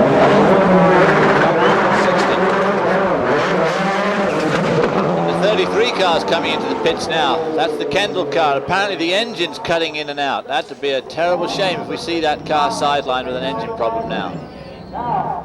That 33 car had dropped to 7. Been running up in second with that pit stop, and now the troubles continue for the Chevy Spice. Bob? Well, Tommy Kendall brings it in and sits there pulling on his driver restraint straps. The team leans in and is shaking their heads. There must be something they either can or cannot do, but the engine hood goes back on. They're going to take it back out. Evidently nothing to be done right now, or else it's going to clear itself up on the racetrack. But at any rate, there's nothing they think they can do in the pits. Tommy Kendall will take it back out. Tommy Kendall, who was very excited about the prospects for this car, and indeed it was off to such a great start, and now it's all coming unwound for car number 33. Extra pit stop, and the car is a miss. Here's car number 98, and that is Olsen seeking his 5th IMSA GTP win here in his 52nd start.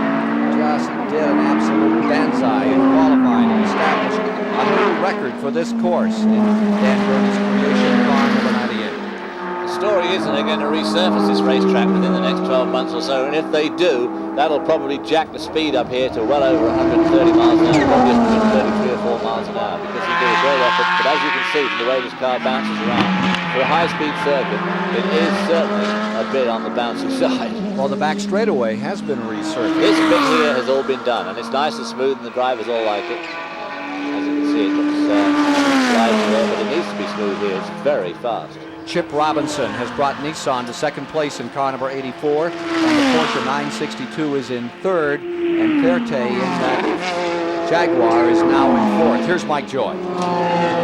The Toyota out front, and a big cheer from that team as it went past. Now Drake Olson is in that car. Juan Fangio has gotten out of his machine, and he will replace Drake Olson at the next stop.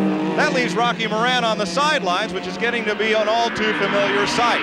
For a fellow whose job is to come and race and run hard, what's it feel like to end up standing here without a date, without a car to dance with on pit road? Well, obviously it's frustrating. We're back here weak.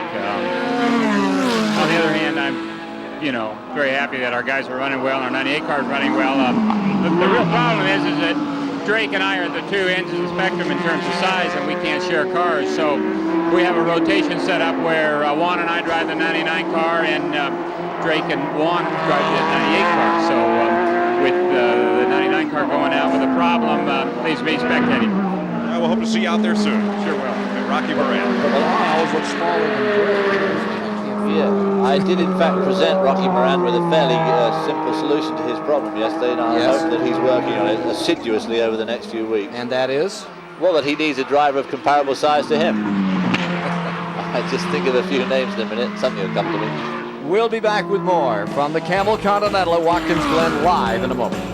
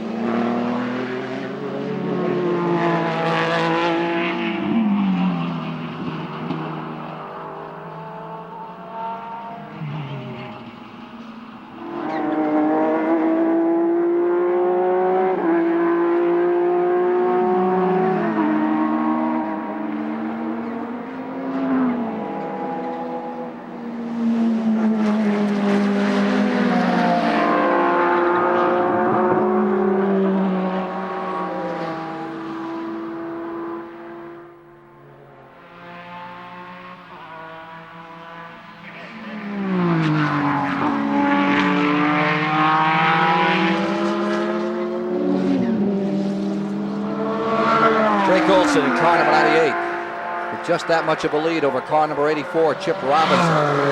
Toyota over Nissan here in the Camel Continental at Watkins Glen. Drake Olson, who was third at Road Atlanta earlier this year, fourth at Topeka, third at Lime Rock. The sister car winning at Topeka. And for the moment he has the advantage, but not by very much as Chip Robinson closes ground another time. Weaver stays third with the Porsche 962 of Dyson, and going fourth is the Jaguar of Alan Verte, with fifth spot currently Brabham in the second Nissan, the number one car, which started last after the 83 car was retired before the event began. And going seventh is the Brockman Newman car. They're showing one lap down now on that Old Spice.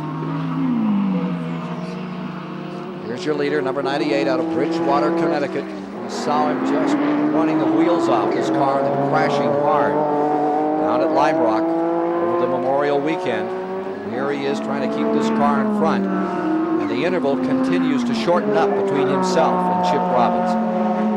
We're just get that into in just a moment. Coming into the last turn here, you can see bits of rubber now being rolled up and kicked up behind these cars as they lay more and more rubber on this track. And of course they laid a lot of it. There's the second place car right behind him now.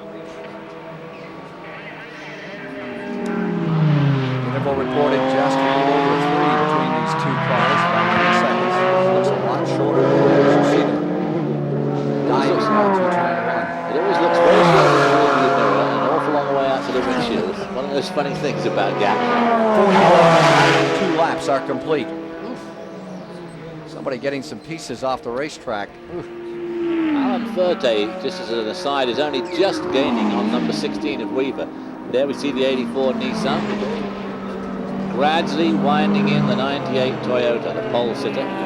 You talk about the hidden heroes of the sport. Those course runners just do an incredible job at every course you see them. They usually do it for a little party and a few suds at the end of the day. It's just incredible how much effort and time they put into doing their job well. There's the 16 car. It continues with James Weaver.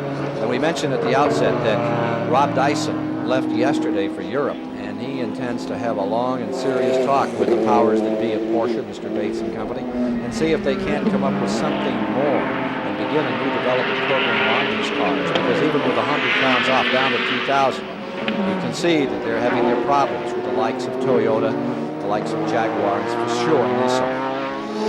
Well, I mean, these are new generation cars. This 962, really, there's the number 60 car. That is the ex-leader, the number 60 car now driven by Alan Furte, who is catching up onto the 16 car of Weaver. They're racing now for third spot, sorry. Leader speed 124.8 in the last lap on Drake Olsen. 3.3 miles around this thing plus, and that's remarkable. Remember that we started in the rain, if you're just joining us. It rained a boodle out here around 10 or 10:30 this morning after absolutely clear skies. When one woke up, 7 o'clock out here at the track, it looked like it was going to be the perfect day. A little fog down in the valley, but then it swirled in, heavy fog, and it curtailed the Toyota race, the Atlantic race after just a few laps. They finally were able to get the Luke Clutch Challenge event in, and Garth Olin came home in an eagle in first place. Here's the 16 car, Weaver. Look at that line back further as they're trying to, looks like they're trying to clean their tires at speed on car number 60 there. I'm not quite sure what he was up to then. Maybe driving around a bump of some sort. But he's only just catching up, or very slowly catching up the Weaver car. As you said, the boss man of the Weaver car, Dyson, has gone to Germany to try and get help from Porsche. But you have to remember that these Jaguars, Toyotas, Nissans are a much later generation of GTP sports racing car than the 962, which has basically been around in that form for close to 10 years now and has had an incredibly good run of success. Well, there you see the 16 car that is in third, trying to stay in front of the Jaguar. To a man, the Porsche team will tell you what the great brand needs is a new Camel GT weapon. The car may be on the way. Here's more from Bob Marshall.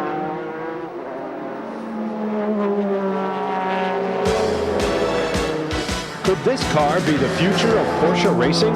Since 1971, the Porsche name has been synonymous with IMSA.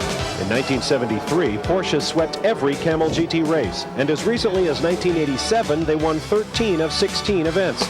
But over the last 3 seasons, Porsche teams have complained that their equipment is outdated.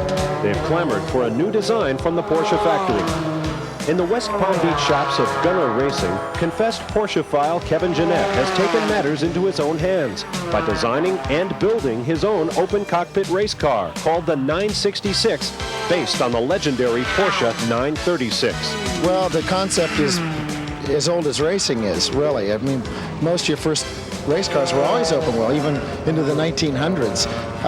Porsche, which is what the car is based on, is open like all the cars from the 60s and 70s. So, no, it's not a new idea at all. It's an old idea. So we're just bringing it into the new age of racing, I guess.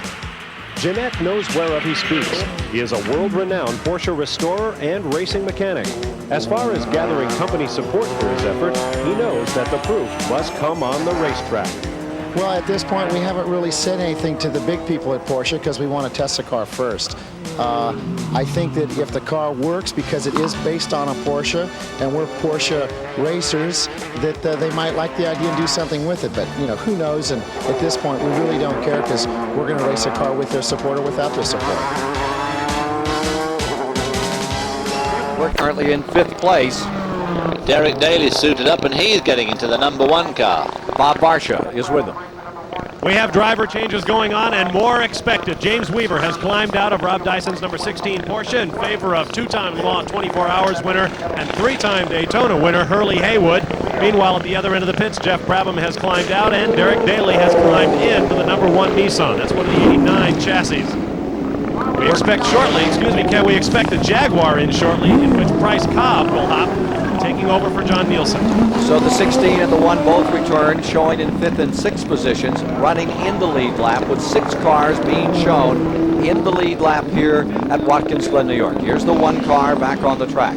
The 84 car, Chip Robinson, for the moment, has taken over up in front, getting by car number 98. We can show you what happened to Drake Olson as Chip Robinson was on the charge and overwhelmed that Toyota, take first place.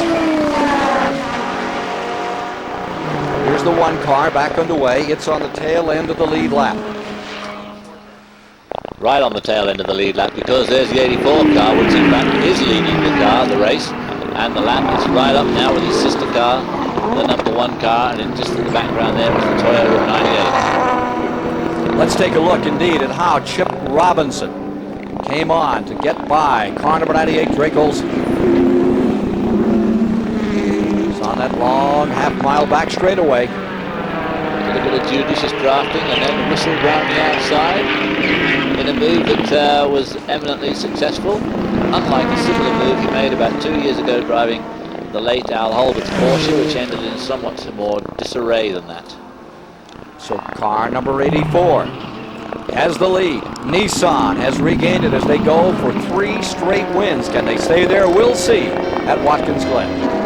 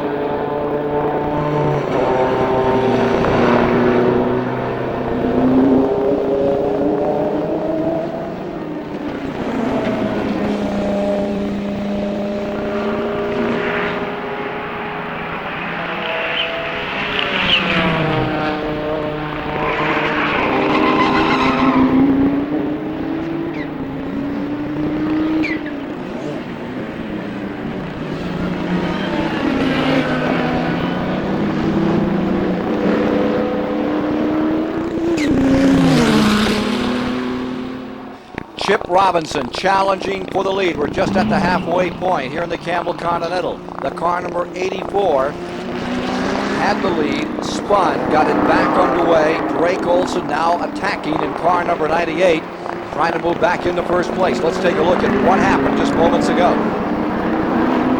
Coming down to the turn 7, the downhill entry, and then he just gets away from it and does a complete spin there. Pretty lucky to maintain the lead. Drops the clutch, pulls out just in front of Drake Olson. Now into the pits. Leader comes on a pit road. Car number 84 and 98 Drake Olson takes over out in front for Toyota another time. Halfway in the Camel Continental. Bob Barsha. Chip Robinson, the 1987 Camel GT champion, piles out of the number 84 NPT 90, as these Nissans are called this year. Bob Earl will be climbing in. Bob, probably the most unheralded driver on the team, but the man who set the fast lap during Nissan's assault on the 24 Hours of Le Mans 2 weeks ago in France. Got the belts tightened. The crew is done before the driver is. They're going to give him a little push to get him going. He drops the clutch. He's in first gear and away. Let's go down to the other end of pit lane and Mike Joy. Bob, I'm behind the pit lane. Eat my shorts, this Simpson cartoon says. And a short circuit has put the Camel Light pole sitter and track record setter, Charles Morgan, out of the race. His Buick Kudzu, the electronic management system, couldn't keep up with it. The car came around the final corner and rolled down the pit lane to a silent halt.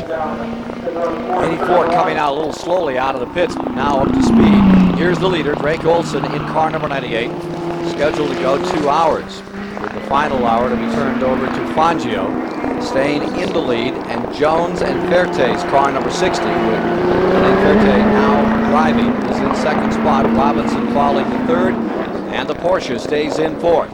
Midway in our live coverage of the Camel Continental at Watkins Glen this afternoon, as Drake Olson tries to give Toyota its second victory for this mark. And he's on to pit road now. 98 pitting, Olson in. Bob Barsha is there as car number 60. Alain Ferte goes by to take the lead. Here's Bob. Well, this is Mike Joy in the Toyota pit, and climbing out is Drake Olson, the man who put this car up front. Out comes the seat insert, and in goes Juan Manuel Fangio, nephew of the great Argentine champion, and a driver quickly making his own mark, the winner at Topeka, giving Dan Gurney his first Toyota win. They finish up the fueling, now just getting ready to drop the car, but they won't do that until all the belts are tight and he's ready to go. Service is complete, harness is fastened, down goes the door, and away goes Fangio. Fangio now at control of car number 98. He will be chasing car number 60, the Jaguar, in first. And as the leaderboard shows in the Manufacturers' Championship in this race in Watkins Glen, it is Jaguar back on top. Toyota in second, Nissan is in third, Porsche is running in fourth, Nissan in fifth position. The number 60 car once again up on top, and we have 6 cars remaining in the lead lap, with the first and the 6 cars, the Jaguars, the XJR-10s. And Squire with David Hobbs, watching a fine performance by Jaguar thus far today as they go for number 3 in 1990.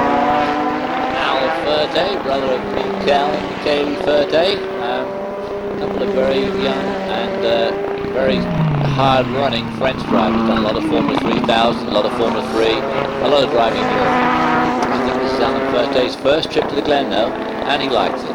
First appearance in IMSA for that matter for Ferte. Has the lead right now for Jaguar. Drake Olson's car trying to close it up. Fangio now at the controls of that car number 98.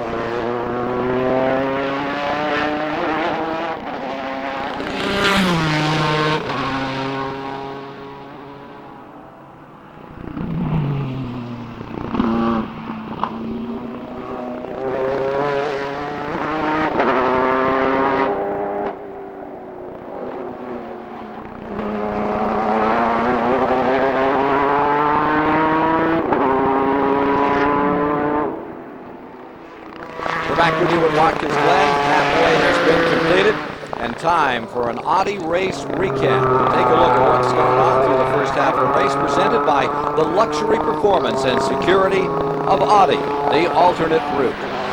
Well, there you see Robinson, the leader, as they came through in 46 laps, and led only 3 of 46. No cautions to date on this track, although it started under very adverse conditions.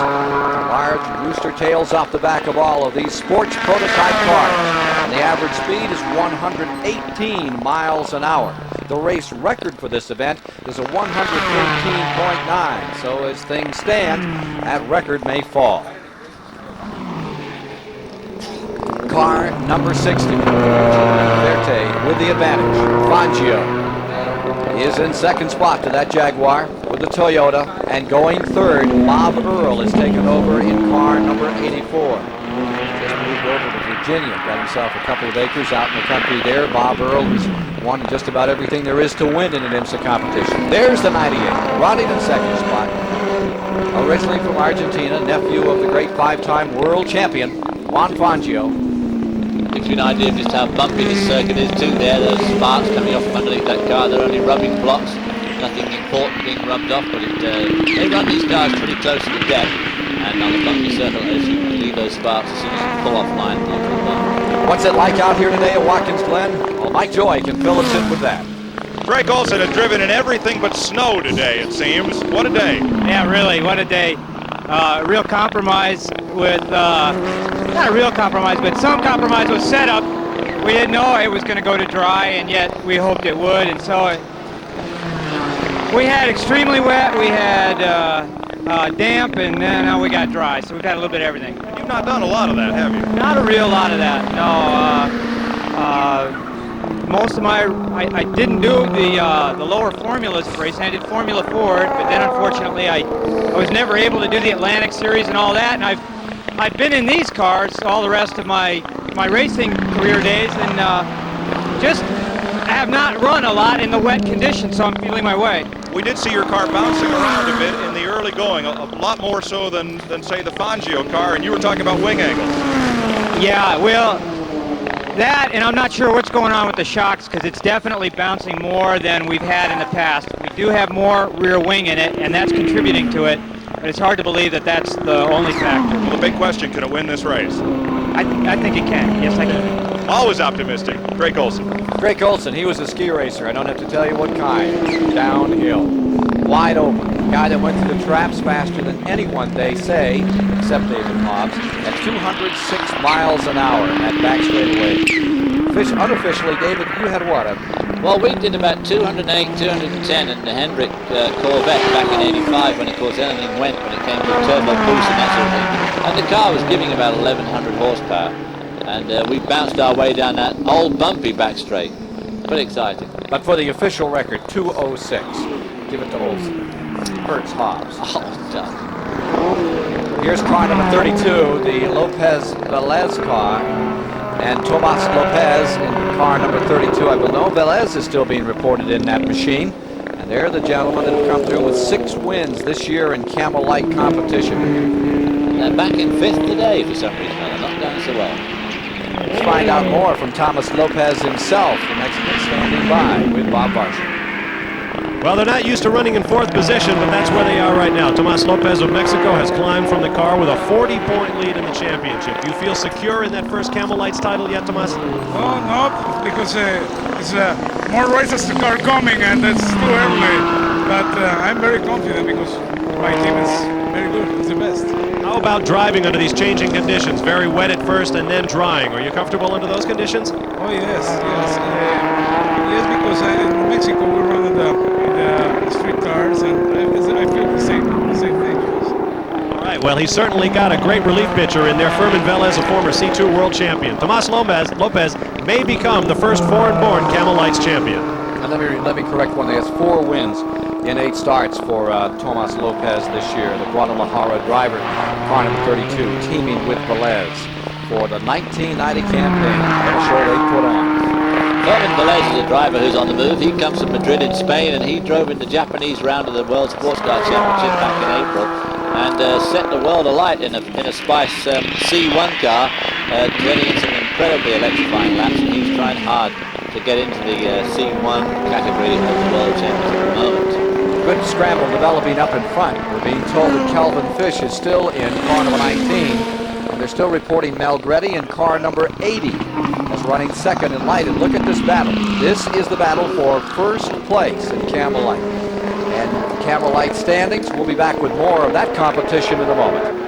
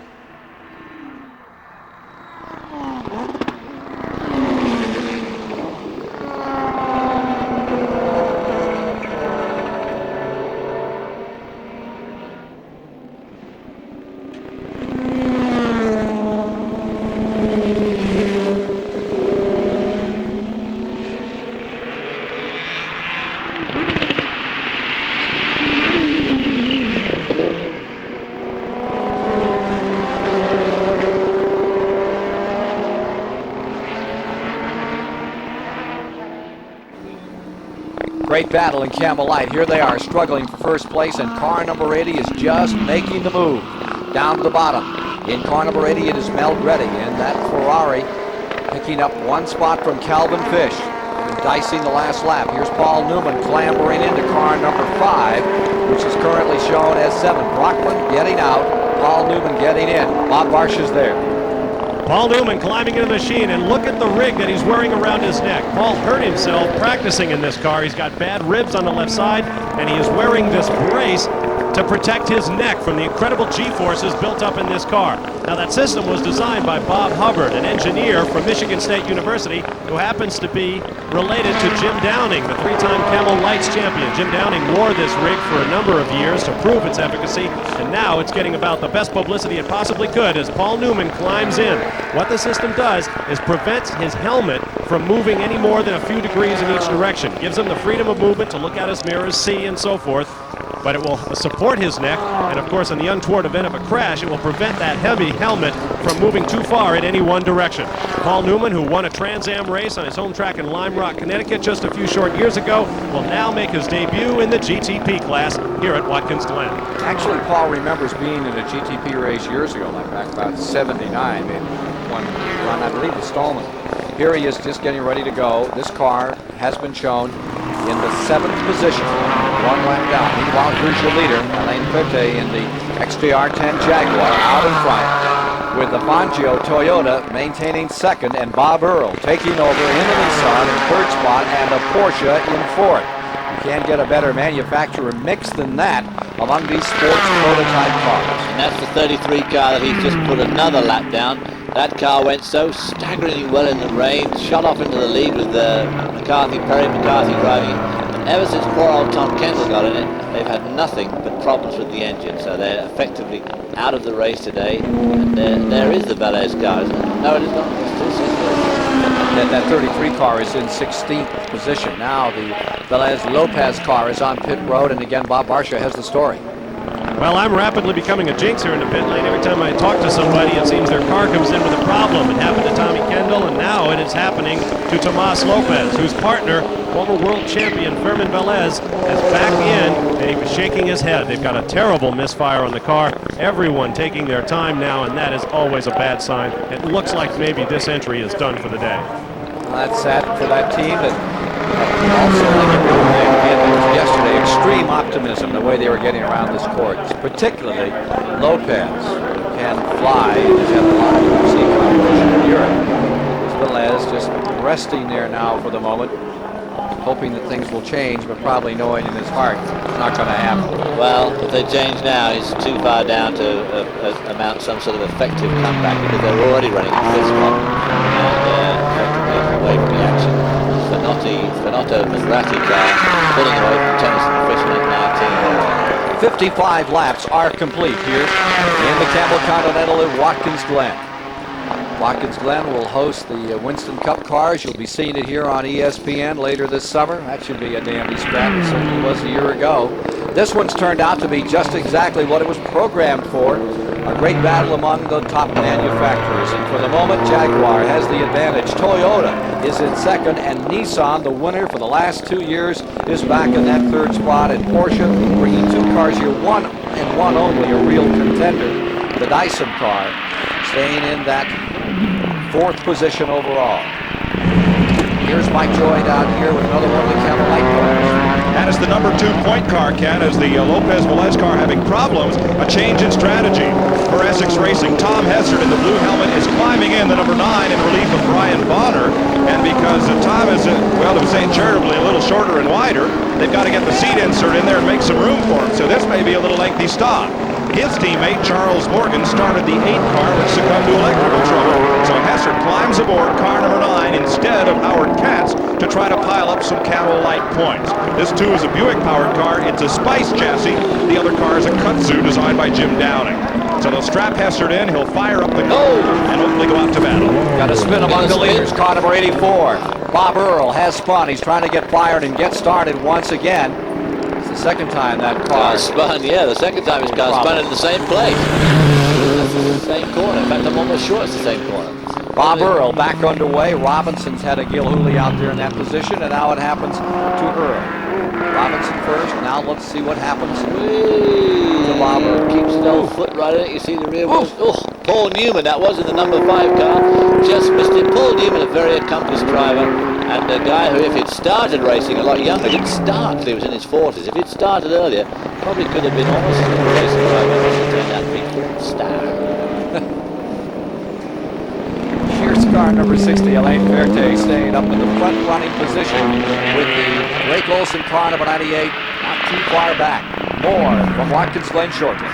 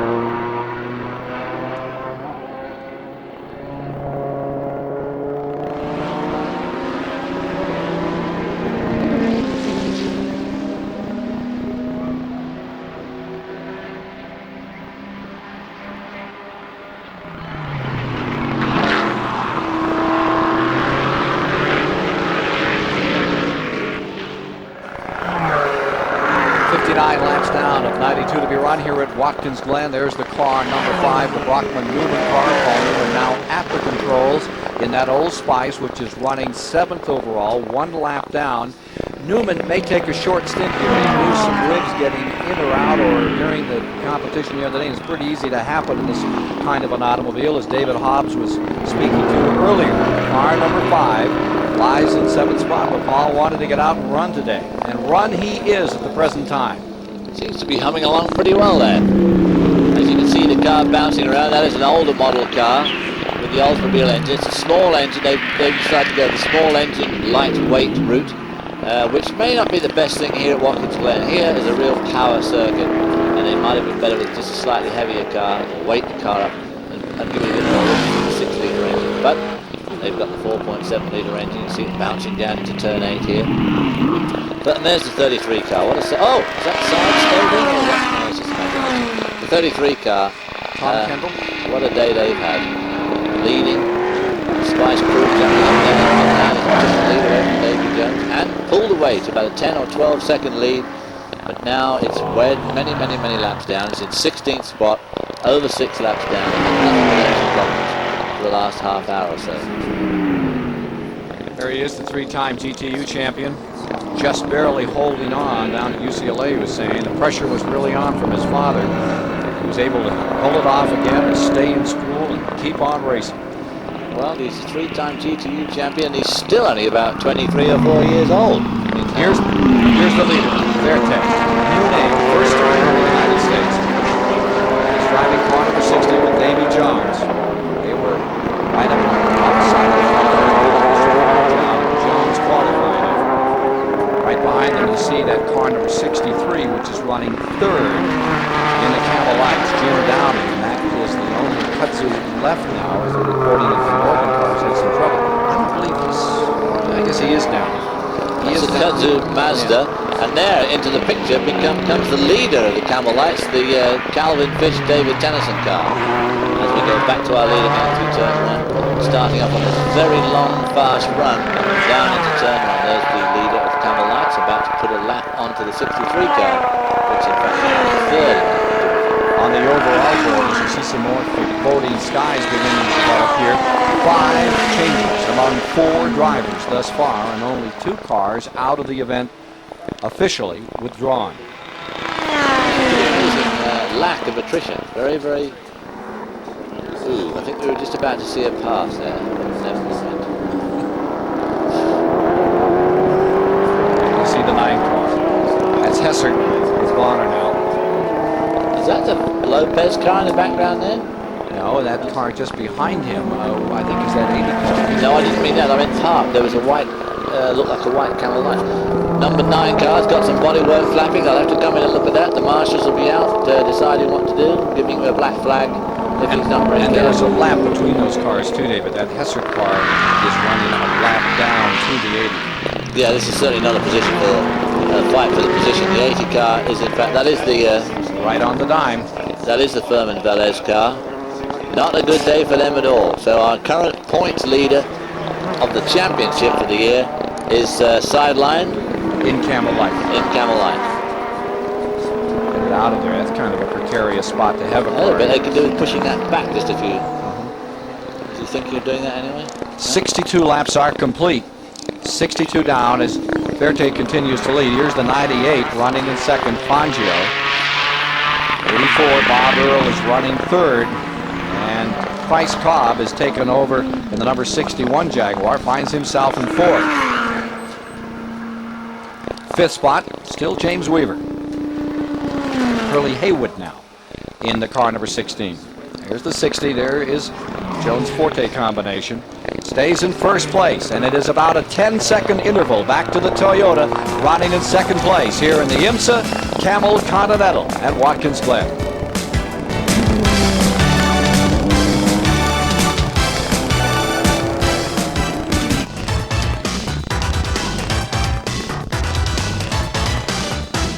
ESPN Track Facts are brought to you by Quaker State. The Big Q is one tough motor oil. When an accident happens on the racetrack, the first concern is to get expert assistance on the scene as quickly as possible. With that in mind, IMSA and Porsche have combined to produce this, the Emergency Rapid Response Vehicle. It's a standard Porsche 928 S4 street car with some very important additions. It's manned during the race by a licensed race driver and a physician trained in treating race-related injuries. Stuffed in the back are over 50 pieces of driver extraction, firefighting, and first aid supplies to treat just about any injury. Your standard racetrack ambulance has to wait until the cars slow down before responding. But with a machine like this, capable of over 170 miles an hour, you can hit the racetrack hot and save what could be the most important seconds in an injured driver's life. Thank you, Bob. Great report. And here you see that leader in the Camel Lights. That's Calvin Fish's car on pit road. Driver change taking place here. Car on right team, Mike Joy is there. David Tennyson climbs aboard, and they are gambling that the track will dry. There's a light rain falling right now, and they have gone and put slick tires on the car, uncovering the brake scoops, getting set to drop him off, and they're being held by the IMSA officials. Now they're going to roll him out, and we'll check on the infraction. Their team car, the 40 car, Yuli Vieri, is standing here waiting to get in it. It may be out of gas. It's up the head end of pit road being pushed to its pit stall.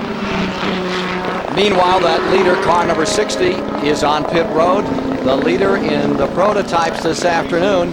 Here's the car number 80 in Camel Light taking the advantage for the moment in that classification. And on pit road, car number 60 is resting there for the moment. They're taking on their fuel and getting ready to come back out. Now there we see a new leader, number 98. But, oh, David Tennyson there was unsighted by the 80 car. Didn't see the leader coming.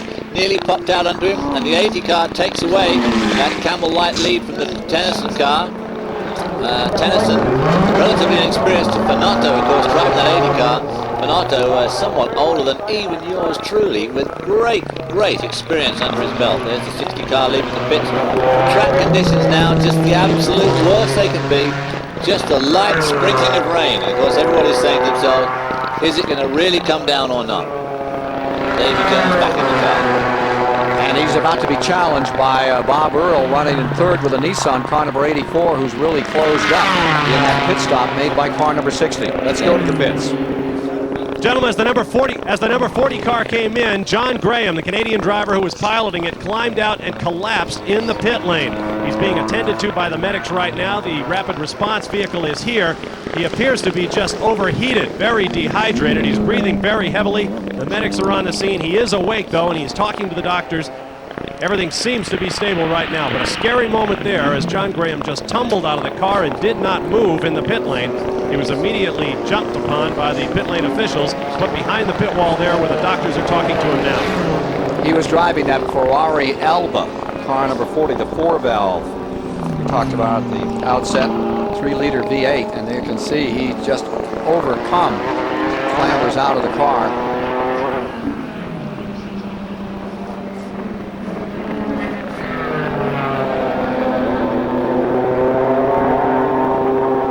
That looks like carbon monoxide poisoning. Serious. Well, it could be, or it could just be pure overheating. These cars are extremely hot there. Just a little glass house. There's a lot of area of glass in there. The engine, the brakes, everything's in there with you. They get awfully, awfully hot. And there's David Tennyson, the young Canadian, slid off the road. Calvin Fisher be looking at that and saying, that was the leader in Camel Light, Tennyson, 21-year-old driver, his first year in IMSA racing. Back underway. It is slippery now. As I say, we've got a light sprinkling of rain, which is just the absolute worst condition. It's raining just around the corner, especially on a long track like this. Now, we're sorry we can't give you in-car footage today. We just cannot get that chopper up. The weather has been adverse from the outset since about 10:30 this morning. Here's that car number 61, and remember that is Price Cobb, and he is staying at 6. He is on the lead. Now he's 1 lap down. Now there are 5 cars only in the lead lap, and 61 has fallen off the pace a bit. This just happened. 61, though, on the other hand, is about to spin. And is about to be nearly hit by Paul Newman, who has to make another phenomenal avoidance, and does so very, very successfully. He must be wondering what's gone wrong. All these top cars spinning in front of him. He must put the hex on them. Probably think they're making a new movie. Here's 61 is caught back to number 1 again. This is the battle for 5th spot. Here's the number 1 car in 5th. That is Derek Daly now at the controls. And that's the 40 is caught. And that's the 40 car just gone back under the field there. The red one in the background. Working 66 of 92.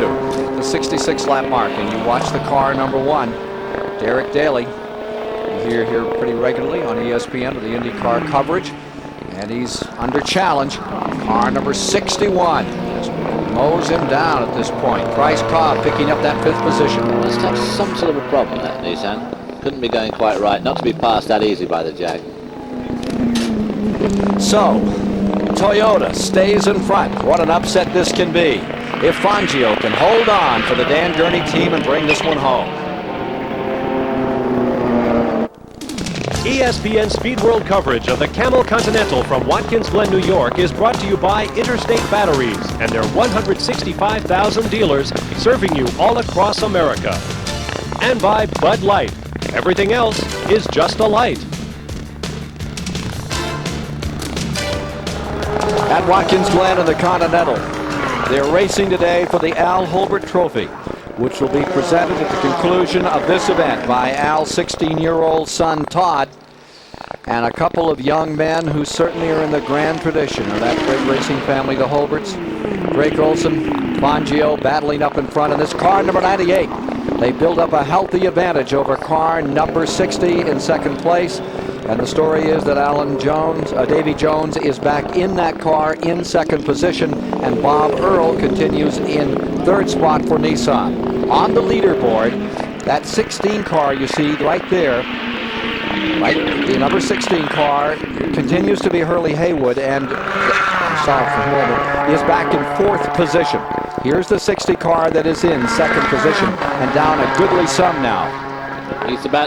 He's about 40 seconds down now on the 98 Toyota. Both Nissans are in the pits. There's the number 1 car leading. Derek Daly's back behind the wheel again now. That was a long stop, over 50 seconds. The 1 car running in 6th position, and the 84 car was in 3rd as it pitted. It's down and is away.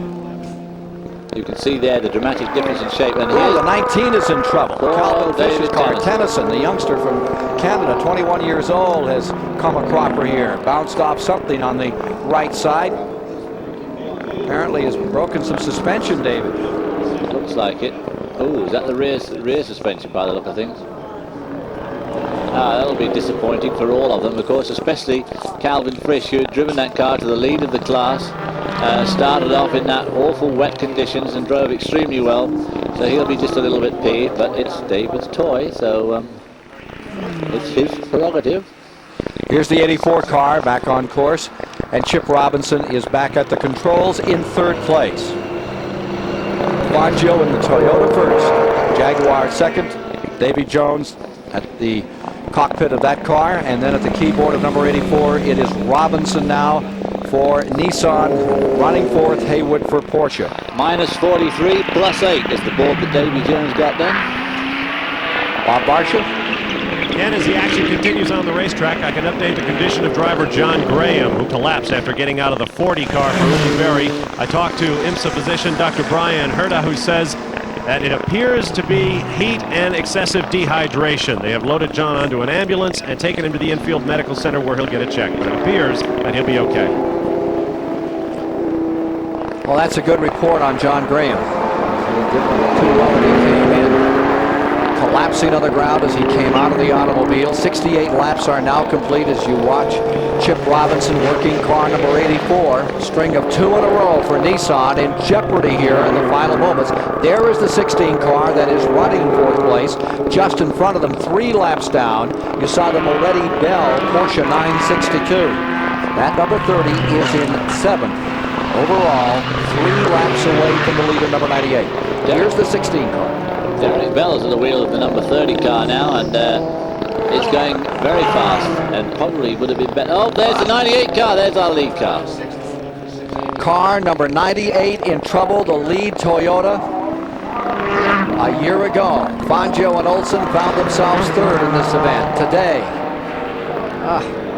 unfortunate moment. Can't tell what's awry on car number 98. Car number 60 coming to the line will take the lead. That looks like that car's day is run. The headlights are on. I didn't see the headlights dimming as if he's trying to start the engine, so we don't get new leader, car number 60, David, and it's Davy Jones back in front for Jag. So that's the 7th lead change of the day, is that right? 69 laps. Remember, the second Jag is back in 5th spot, Price Cobb, and he is shown as a lap down. There you see that 64 car, second place a year ago. The Milner car is now showing 17th on the field. Taylor and Naone, the drivers. That's a shame, you know, that car, since it had that awfully long pit stop at the beginning when Wayne Taylor hit something and they made some suspension repairs, but since then, it's been going very, very fast, and every time you see it out on the track, leader on like that, it's been maintaining a fairly good clip. Car number 64, and currently it is Albert Naone Jr. His dad, one of the leading IMSA mechanics for many years at the controls, young driver out of southern Florida, does a very good job. Well, as the race continues, we'll find out what the story was, and look at this, blue sky while it's raining on part of the course.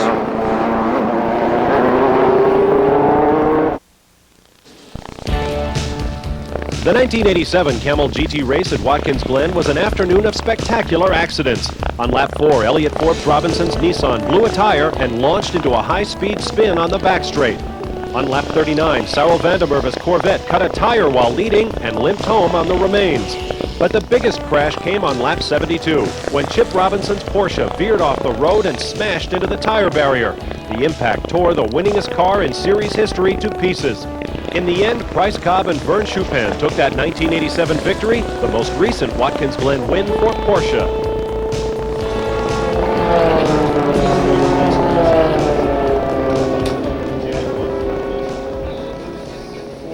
As to who will win it in 1990, hey, we're under full course caution. This is going to bunch them all up as they try to move car number 98 out of this precarious position. Meanwhile, car number 61, 4th overall on the field, is in the pits, taking onside tires. Let's get a report from pit road. Quickly hands in the air for the Jaguar. Bryce Cobb's tire change is done very quickly. He goes away in a cloud of smoke and a thunder of that turbocharged V6 engine. Didn't sound great on the way out, but it catches and goes to full song as he reaches the exit. Car number 61 going a lap down with that stop. At 60, Jones stays first. Robinson, 84. Nissan, second. Haywood in number 16 Porsche goes third. And the Jaguar of Bryce Cobb, number 61, in fourth. Brabham now fifth in that second Nissan machine. There's the 98 still resting there. And Mike Joy, although they're having some radio problems, as we understand with 98, can tell us more about the situation. I've talked twice now with Gary Donahoe, the crew chief for that car, and Ken, they say we know more than they do. We can see the car, they can't. When the car shut off and rolled to a stop, it also killed the power to the two-way radio that Fangio has to communicate with the pit. So until he walks back here, they won't know what's taken their second and last car out of this race. The third place car, number 16, has just pitted. And I believe Weaver will now get back in. Haywood will step out as we wait on car number 98 up at turn 10. Car number 16 is in. Car number 98 is totally out. And that will be, what, the fifth retiree from the event. There's the 16 car on pit road. Driver change taking place. Here's the 67 in as well. And Bob Barsha is there with John Paul Jr. Canadian Jacques Villeneuve sits in the car. John Paul Jr. drove it magnificently at the start. John, what's the problem? Well, right now we have a spark box gone bad. We're hoping that's what it is. We're in the midst of changing it. A little early we had a shift linkage break, so we're a little behind. Is it something you feel like you can fix and get a healthy race car back? We feel that we can go and run competitive, but we're a couple laps down. And as David Hobbs has already told us, they're almost impossible to get back when the track is over 3 miles long. Very tough here. Don't forget tomorrow night, Dave Despain with you, 7:30 on Monday evening. Bring you up to date on racing around America here on ESPN. Rick Bell yesterday came through and defeated Walter Payton in that Newman Sharp Olds up at Lime Rock Park. Have that story for you. Robbie Crouch winning the American-Canadian Tour up at Airborne. And a lot of the short track stories. At Riverside Park, Stan Greger came through and took his second win of the season last night. At Seekonk, Massachusetts, Norm Holden was victorious. A lot of tracks in upstate New York were rained out last night, David. This weather's been kind of weird. Rain last night, a thunderstorm came through. He was quite unbelievable. Well, we're under caution. Getting down for finish. It looks like it's going to be a dramatic one today with still 3 cars in the lead lap. Stay with us.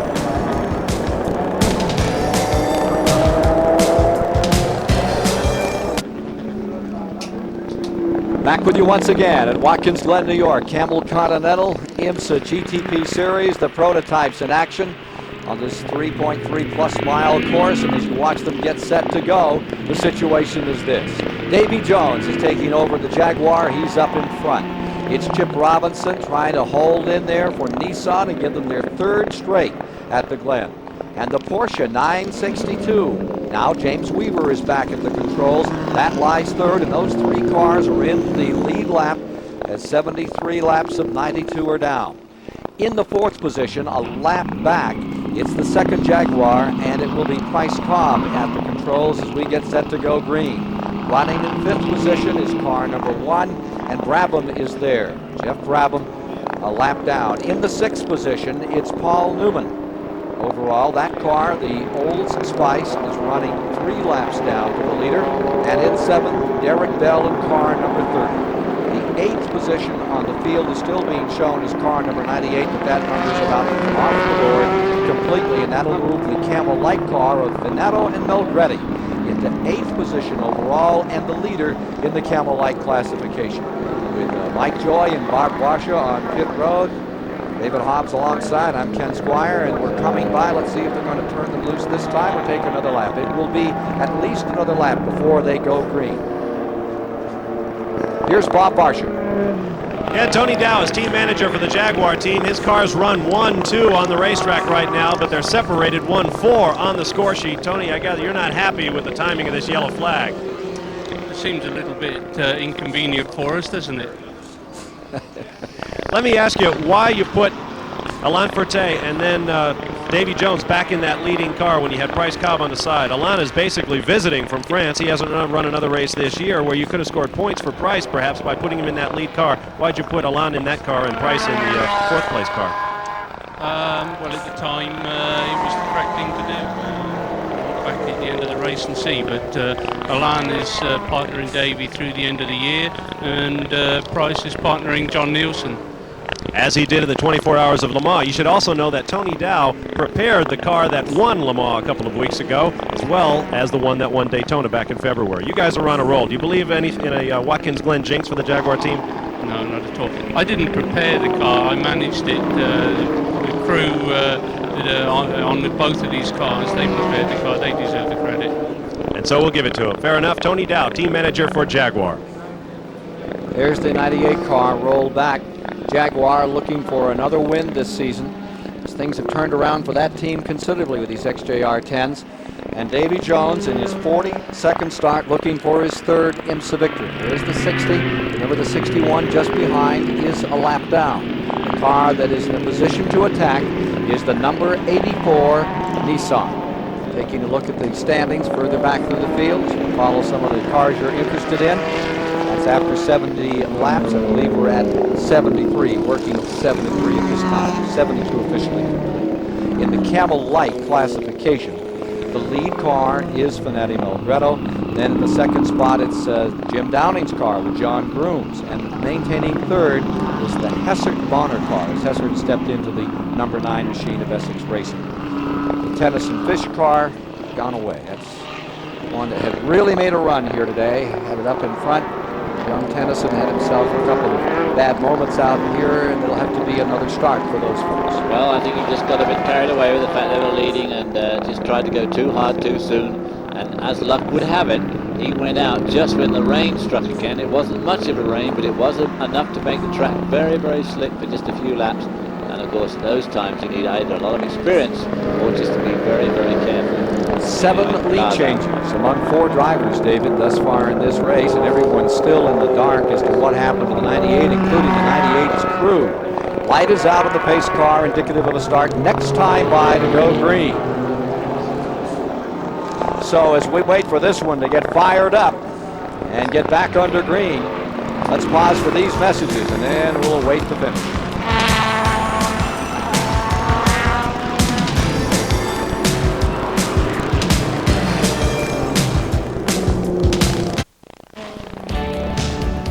The battle for Camel Lights honors at Watkins Glen in 1989 was even better than the race for the overall lead. First, the class-leading Spice Ferrari of Martino Finotto pitted with engine problems, followed by the Spice Buick of Scott Schubat.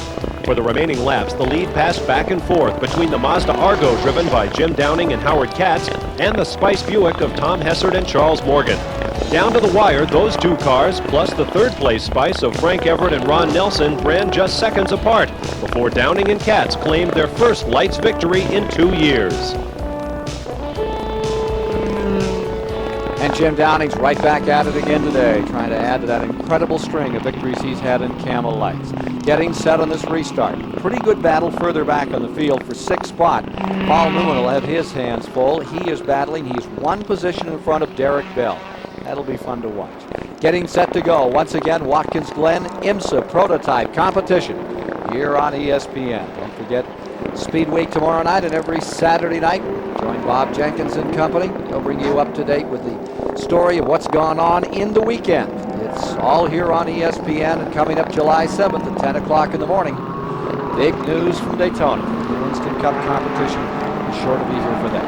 Big news from the town of Watkins Glen as it looks like it's pouring with rain over there to me where the wind's coming from, so that could liven things up a bit as the green flag drops. Away and running car number 60. The lead machine, the number 61, is running 1 lap back in 4th spot.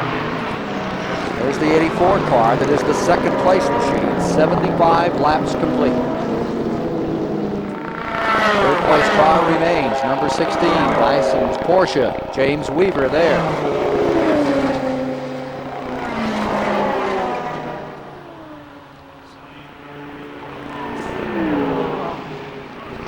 Now hopefully Davy Jones will let the 61 car. Look at this happening, and there is Paul Newman holding position in front of the 30. Oh! As they go into the corner. There was Newman. Whose smoke was that? Was that the front wheels of Weaver, or was it Newman? Thought it was Newman's car getting out a little break. Moretti has passed Paul Newman. Derek Bell's passed Paul Newman. Derek Bell in the car number 30 moving up, and here you see the 16 sorting itself out in a hurry. Derek coming with him, and Newman staying right there. Paul Newman falling back one spot to 7. Oh, Paul Newman's not giving up here. Here's he. Whoa, he's getting trapped boxed in horribly by that Camel Lights out there. As the 67 car goes by, and that was the 80 car. Of course, that's the Camel Light leader, so he's not going to give way to anybody just at the moment. Especially somebody who he feels is only just racing for a 4th or 5th position in the big class. He's not going to try and jeopardize his class lead over that green car right behind him, which is the Kudzu of Jim Downing and Brooks. So that's a racing position there. There's Paul Newman in the 5 car. Passed by Derek Bell. There's the lead cars going down the front straight. Here's the 16, and that is Weaver. The 30 car is running several laps down to the 16. Not a battle for position there as Derek Bell closes in on car number 16. But those are the only 2 Porsche 962s on the field. Back in front you see the 60 car. Davy Jones there in the 61 car, a lap down, running in 4th. Ooh, and Davy's not letting his teammate by. In theory, he would at this point be advised to let him through if it doesn't slow him down too much, because he could either use 61 as a block on this 84 car coming up here, which is one way of getting in. On the other hand, if he lets himself unlap him and they have another caution flag, it'll let 61 unlap himself. There you see that interval between first, number 60, and number 84 Nissan in second spot. Chip Robinson. Extra pressure on Nissan. Not only are they having such a great season, but this track particularly has been good to them over the last 2 years. In 1990, they've already picked up 5 wins, this Nissan outfit. Well, the XJR-10 has collected a couple, and Toyota won. The Jaguar has improved vastly this year with the new 6-cylinder engine. It's showing a lot of form, but the trouble is it does have a few unreliability problems left yet. When it goes and it finishes, it runs a good strong race. And you can see that interval from first to second seems to be shortening here, David. Yeah, it's coming down slowly but surely. So Davy's not about to let 61 by. He wants to leave him there. A is a bit of a block. B, he's not going to lift off that throttle for just 1 split second. And to allow that 84 car to make ground on it. Leading speed 125 miles per hour in the last lap on car number 60, Jones. Which is fast. That's only just a few miles an hour off their pole time yesterday afternoon. Nearly 130 miles per hour. It's turned in by Greg Olson. Getting really wide there, Davey, running on those rumble strips. Nasty, the rumble strips here. They're big round buttons in the ground, and they're about 3 inches. They stick up about 3 inches. Really throw the car out badly if you're running. There's the 67 car. That is running well back. It's, what, 13th or 14th on the field. Been running many laps down. It was in. Had some linkage problems. They tried to get the shifter to work. It's been in for some other problems. And now the car number 5 is trying to get around it. Newman still working out there. And his position is now being shown as 7th. And he got by him. Paul Newman whistled by the 67 car and starts to pull away. On the 78th lap, it is raining once again. It's the 3rd time we've had some showers out here in the course of this race. Started under heavy weather conditions. Really a lot of rain.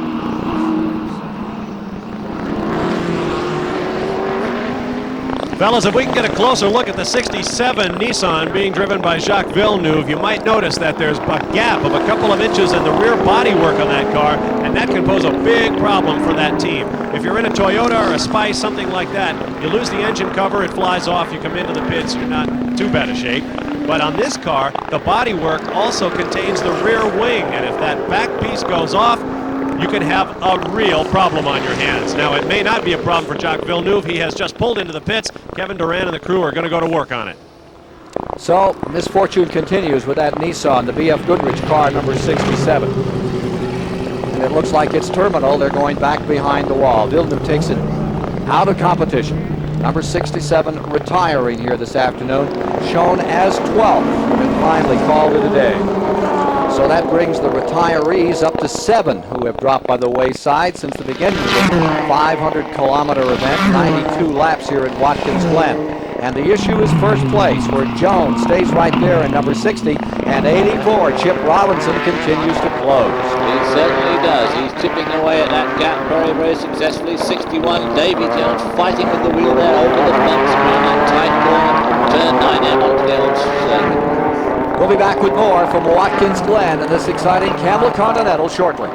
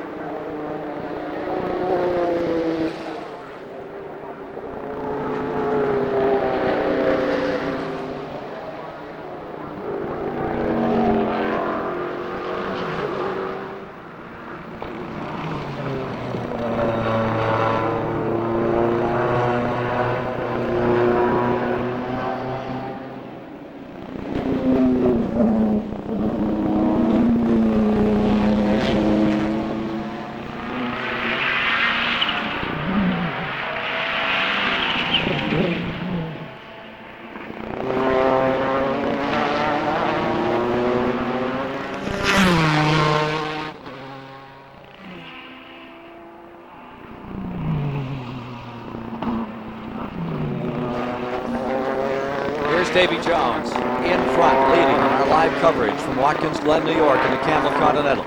Jaguar out in front, seeking their third one of the season. Chip Robinson chipping away. 80 laps down, 12 laps to go. And Robinson knows it's a now or never situation if Nissan's string of 2 in a row is to continue another day here at this most famous road course in America, Watkins Glen, New York. Here's the Newman car number 5. Which is staying in 7th position. The Jim Milner car having an excellent run.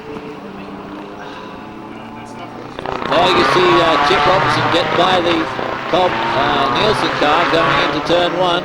So that's 1 down, and he's only 3 seconds behind the lead of Davy Jones, and he's got 12 laps to make up. A little over 3 miles per lap, 11 turns, and there you see the difference. That's once again the fog moves in on that long back straightaway.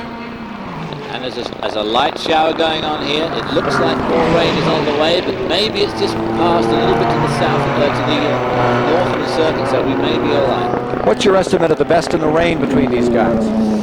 Ooh, golly. It depends entirely on the car, but I would have to say probably Davey. Jaguar in front. The rain is developing once again as we get down to the side. This Camel Continental.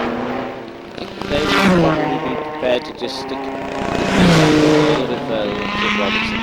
Chip Robinson going to back down a little, but Davey is one of the masters, one of the rain masters is Weaver running in 3rd spot in that Porsche. Well, he's on the same one, so and it really rained hard now for a long time. Yeah, that could help me. 4th, a lap down. Bryce Cobb on the number 61. He was just overtaken by this car number 84. It's a clean shot to the lead.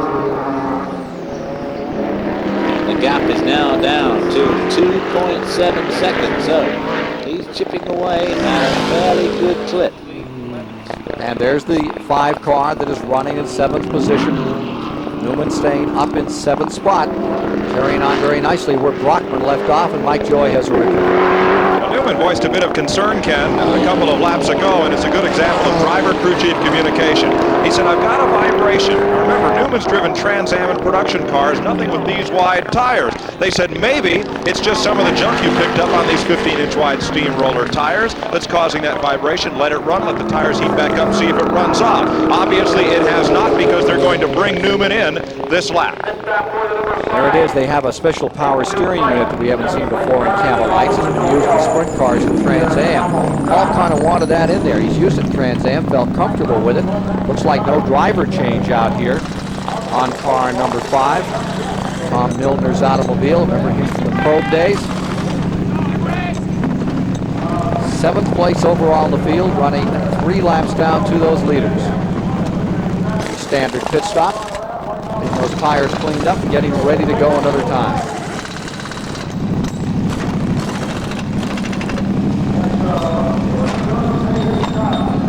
Run over those lines when you pick yourself down. Pit stop is changing the tires.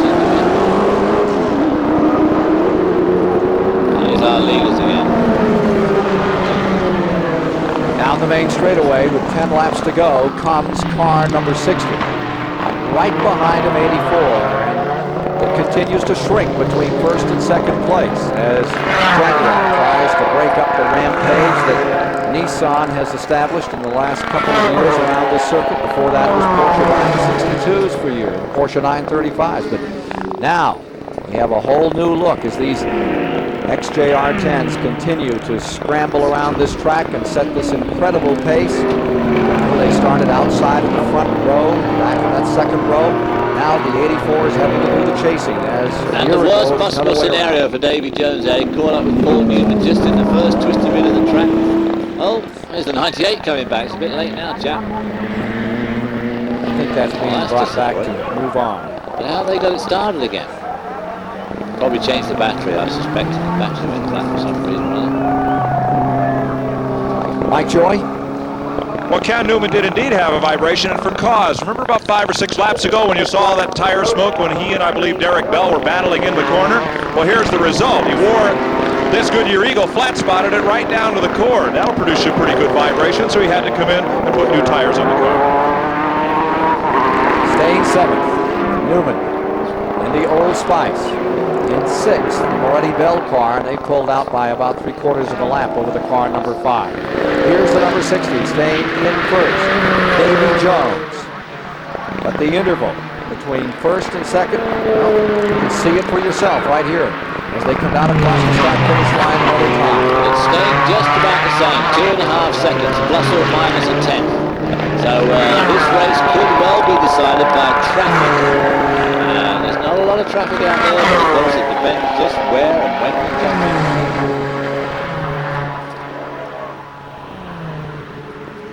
Like I say, this is a sort of gap that doesn't look much in Davy's window, in his mirror, and looks a long way in Chipper's window. 9 laps to go. 9 remaining here this afternoon.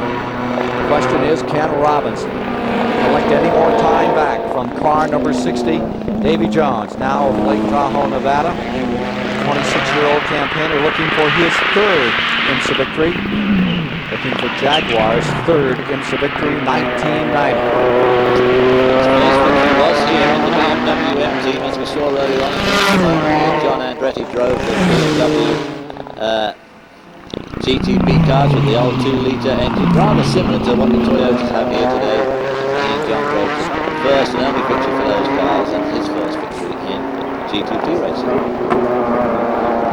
Getting a little closer. They've come quite a bit there. The gap is now less than 2.5 seconds for sure.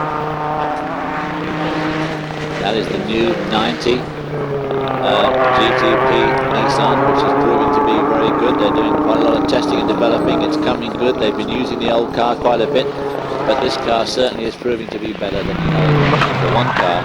It's still running in 5th spot.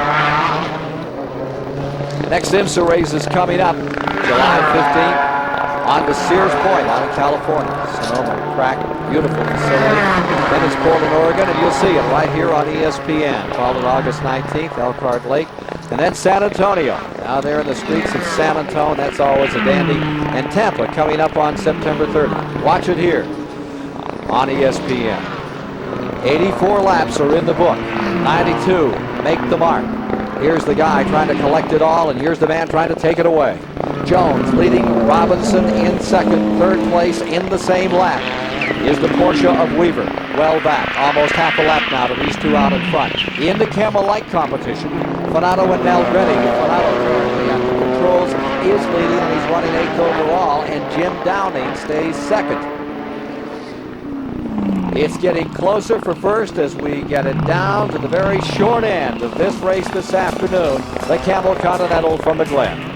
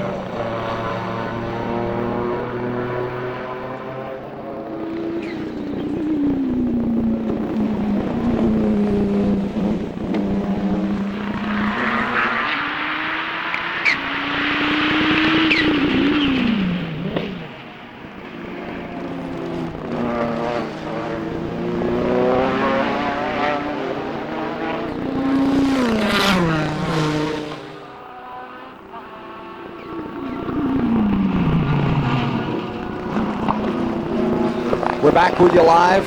It's Watkins Glen, New York. And there you see the interval. The number 98 Toyota has come back on, many laps down. Jones is leading. Chip Robinson, he is closed all the way up to the tail end of that big Jag, and it's a couple of V6s that can develop incredible horsepower, now ready to make war to decide this championship at the Glen for 1990. And Fangio is proving very, very difficult to be passed here, which is pretty stupid considering he's so many laps down. He just carved up Davy Jones terribly at the end of the straight, and he just will not let him pass, which has allowed Jones to fall right back into the clutches of the Nissan. 98 running 15 laps down. Here's Mike Joy. The Toyota's back in the race. You know how many times you've heard a 50-cent part spoils a $500,000 race car? The alternator wire broke off on the Toyota. It ran down its battery and just rolled to a halt at turn 10. They got it bumped along and going again, refitted it, charged it back up, and now he's back in the race. But as you say, many, many laps down. 6 to go, 6 laps remaining. Here it is for first place. Manufacturers Championship. Whoa. Robinson diving down in, trying to move, and he gets the spot. Car number 84, Robinson overtaking the Jag, and now it's Alan Jones fighting to get back up on top. What a place to overtake. That's turn 5 at the end of the straight, the fastest corner here. Very, very fast. Not much runoff for areas, I've said before. Very, pretty gutsy move on the part of Chip Robinson. So now it is Nissan in front, Jaguar in second, Porsche in third. 3 manufacturer makes, all in the lead lap as we get down to the end of this 500-kilometer test. 92 laps at Watkins Glen. Chip Robinson with an incredible move at the end of that long straightaway, going for his 13th win, and I'm sure he's got Davy Jones dander up, David, and wants to get right back into this thing. Well, I'm sure he does. It seems to me like the Nissan really has got that corner at the end of the straight handled. I mean, you've got to get your car right. That's not just driver. The car's got to be dead right for that corner, and that car of the Nissan there was just superb around that long, very fast corner. 5 to go. 1987 IMSA champion, the 89 runner-up, Chip Robinson, showing his mettle, his merit. He made that brilliant move to take over first place here at the Glen. That's one they're going to talk about for a long time to come. David and Chip. Fourth spot. Coming into that corner again. It's downhill and it's so fast. See Davey using a lot more road. The Nissan taking a much tighter line there, not using as much road as the Jaguar. Their aerodynamics at that sort of speed must be just that little bit better. Fanato in the Camel Light car that continues to lead. Car number 80. That's Martino Fanato of Milan going for his 5th win today on his 37th start in that Ferrari Spice. Beautiful car. Fanato is how old is he, Ken? He's 56, 55? He'll be, if he pulls this off, he'll be the 2nd oldest driver in IMSA racing, David. 56, 200-something days. The oldest driver, pick that up. I thought it was David Hobbs. 66 or 7, something like that. There's the Toyota coming back at Davy Jones now. Davy seems to have just lost his edge a bit. Maybe his tyres have gone up a little tiny bit. All right, we're down to the finish, getting close. We'll pause for this message and stay with you. Tell the checkered flag here at Watkins Glen.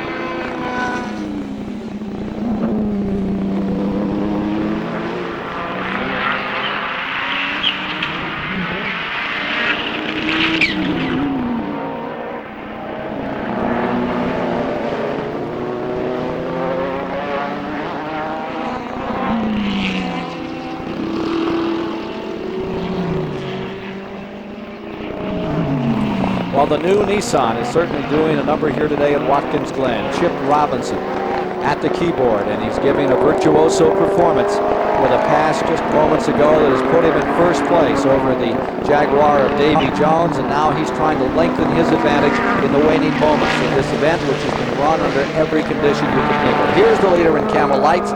That continues to be car number 80, and Fanato's car is about to be overlapped by the number 84. There you see the 2 leaders. Camel Light leader and the overall prototype leader in this event. With just 3 laps left to go, and it certainly looks as if Chip Robinson's got a lock on this. Davy Jones is slipping further and further back, and in fact could be passed by the Toyota. Not that that will make any difference. It's 15 laps down, but he seems to have either settled for second because he settled for second, or he settled for second because something is just not quite right with his car. Davy Jones, whose last win was at the Sunland 24 at Daytona with Jan Lammers and Andy Wallace. Now there is the 63, the 2nd place car in lights. That's the car that Jim Downing has created himself, the old mutant turtle, rolling right along here. 2nd this afternoon for a man that's had such an incredible record in IMSA competition. 21 wins he has recorded, Jim Downing. And of course, was the champion of lights on 3 occasions, 85, 86, and 87. There's the number 16. That's Weaver, the Dyson car. We've seen fly to victory so many times. They really have some problems these days, and they're certainly hoping, I know these privateers that run them in America are trying to get this thing back where they can do some business against these Jags and Nissans and Toyotas. Well, they're trying to, but it's going to take a lot of money and a lot of effort, and commitment is the thing. And time, too, David. Time in these days is money, so this is just one of those things that you need a pretty huge budget to take on people like Nissan and Toyota who can spend a great deal of money. How long to develop another car to challenge what we're seeing here in this Nissan and in this Jag? Well, if you employ a top-line engineer and development team, it shouldn't take all that long, but it's going to take a lot of money. Here's the 84 car as the laps trickle away. Down to the final 2 here as Chip Robinson looks like he has got it hitched up to take it home. The way it's gone today after what we've seen the Toyotas in this event, the Miller car, the 64 that ran so well here a year ago, having its problems early, falling well back. For the moment, however, this twin-turbo V6 stays out there in the lead, and there you see the 98 continuing to whip through the field. Remember, he's many laps down. We get word he's got his Fangio remaining in the 98 himself. The 4th place car overall is Bryce-Cobb, and then a lap down in 5th is Jeff Brabham. In 6th spot is Derek Bell, 3 laps down, and 7th position overall, 4 laps away is Paul Newman.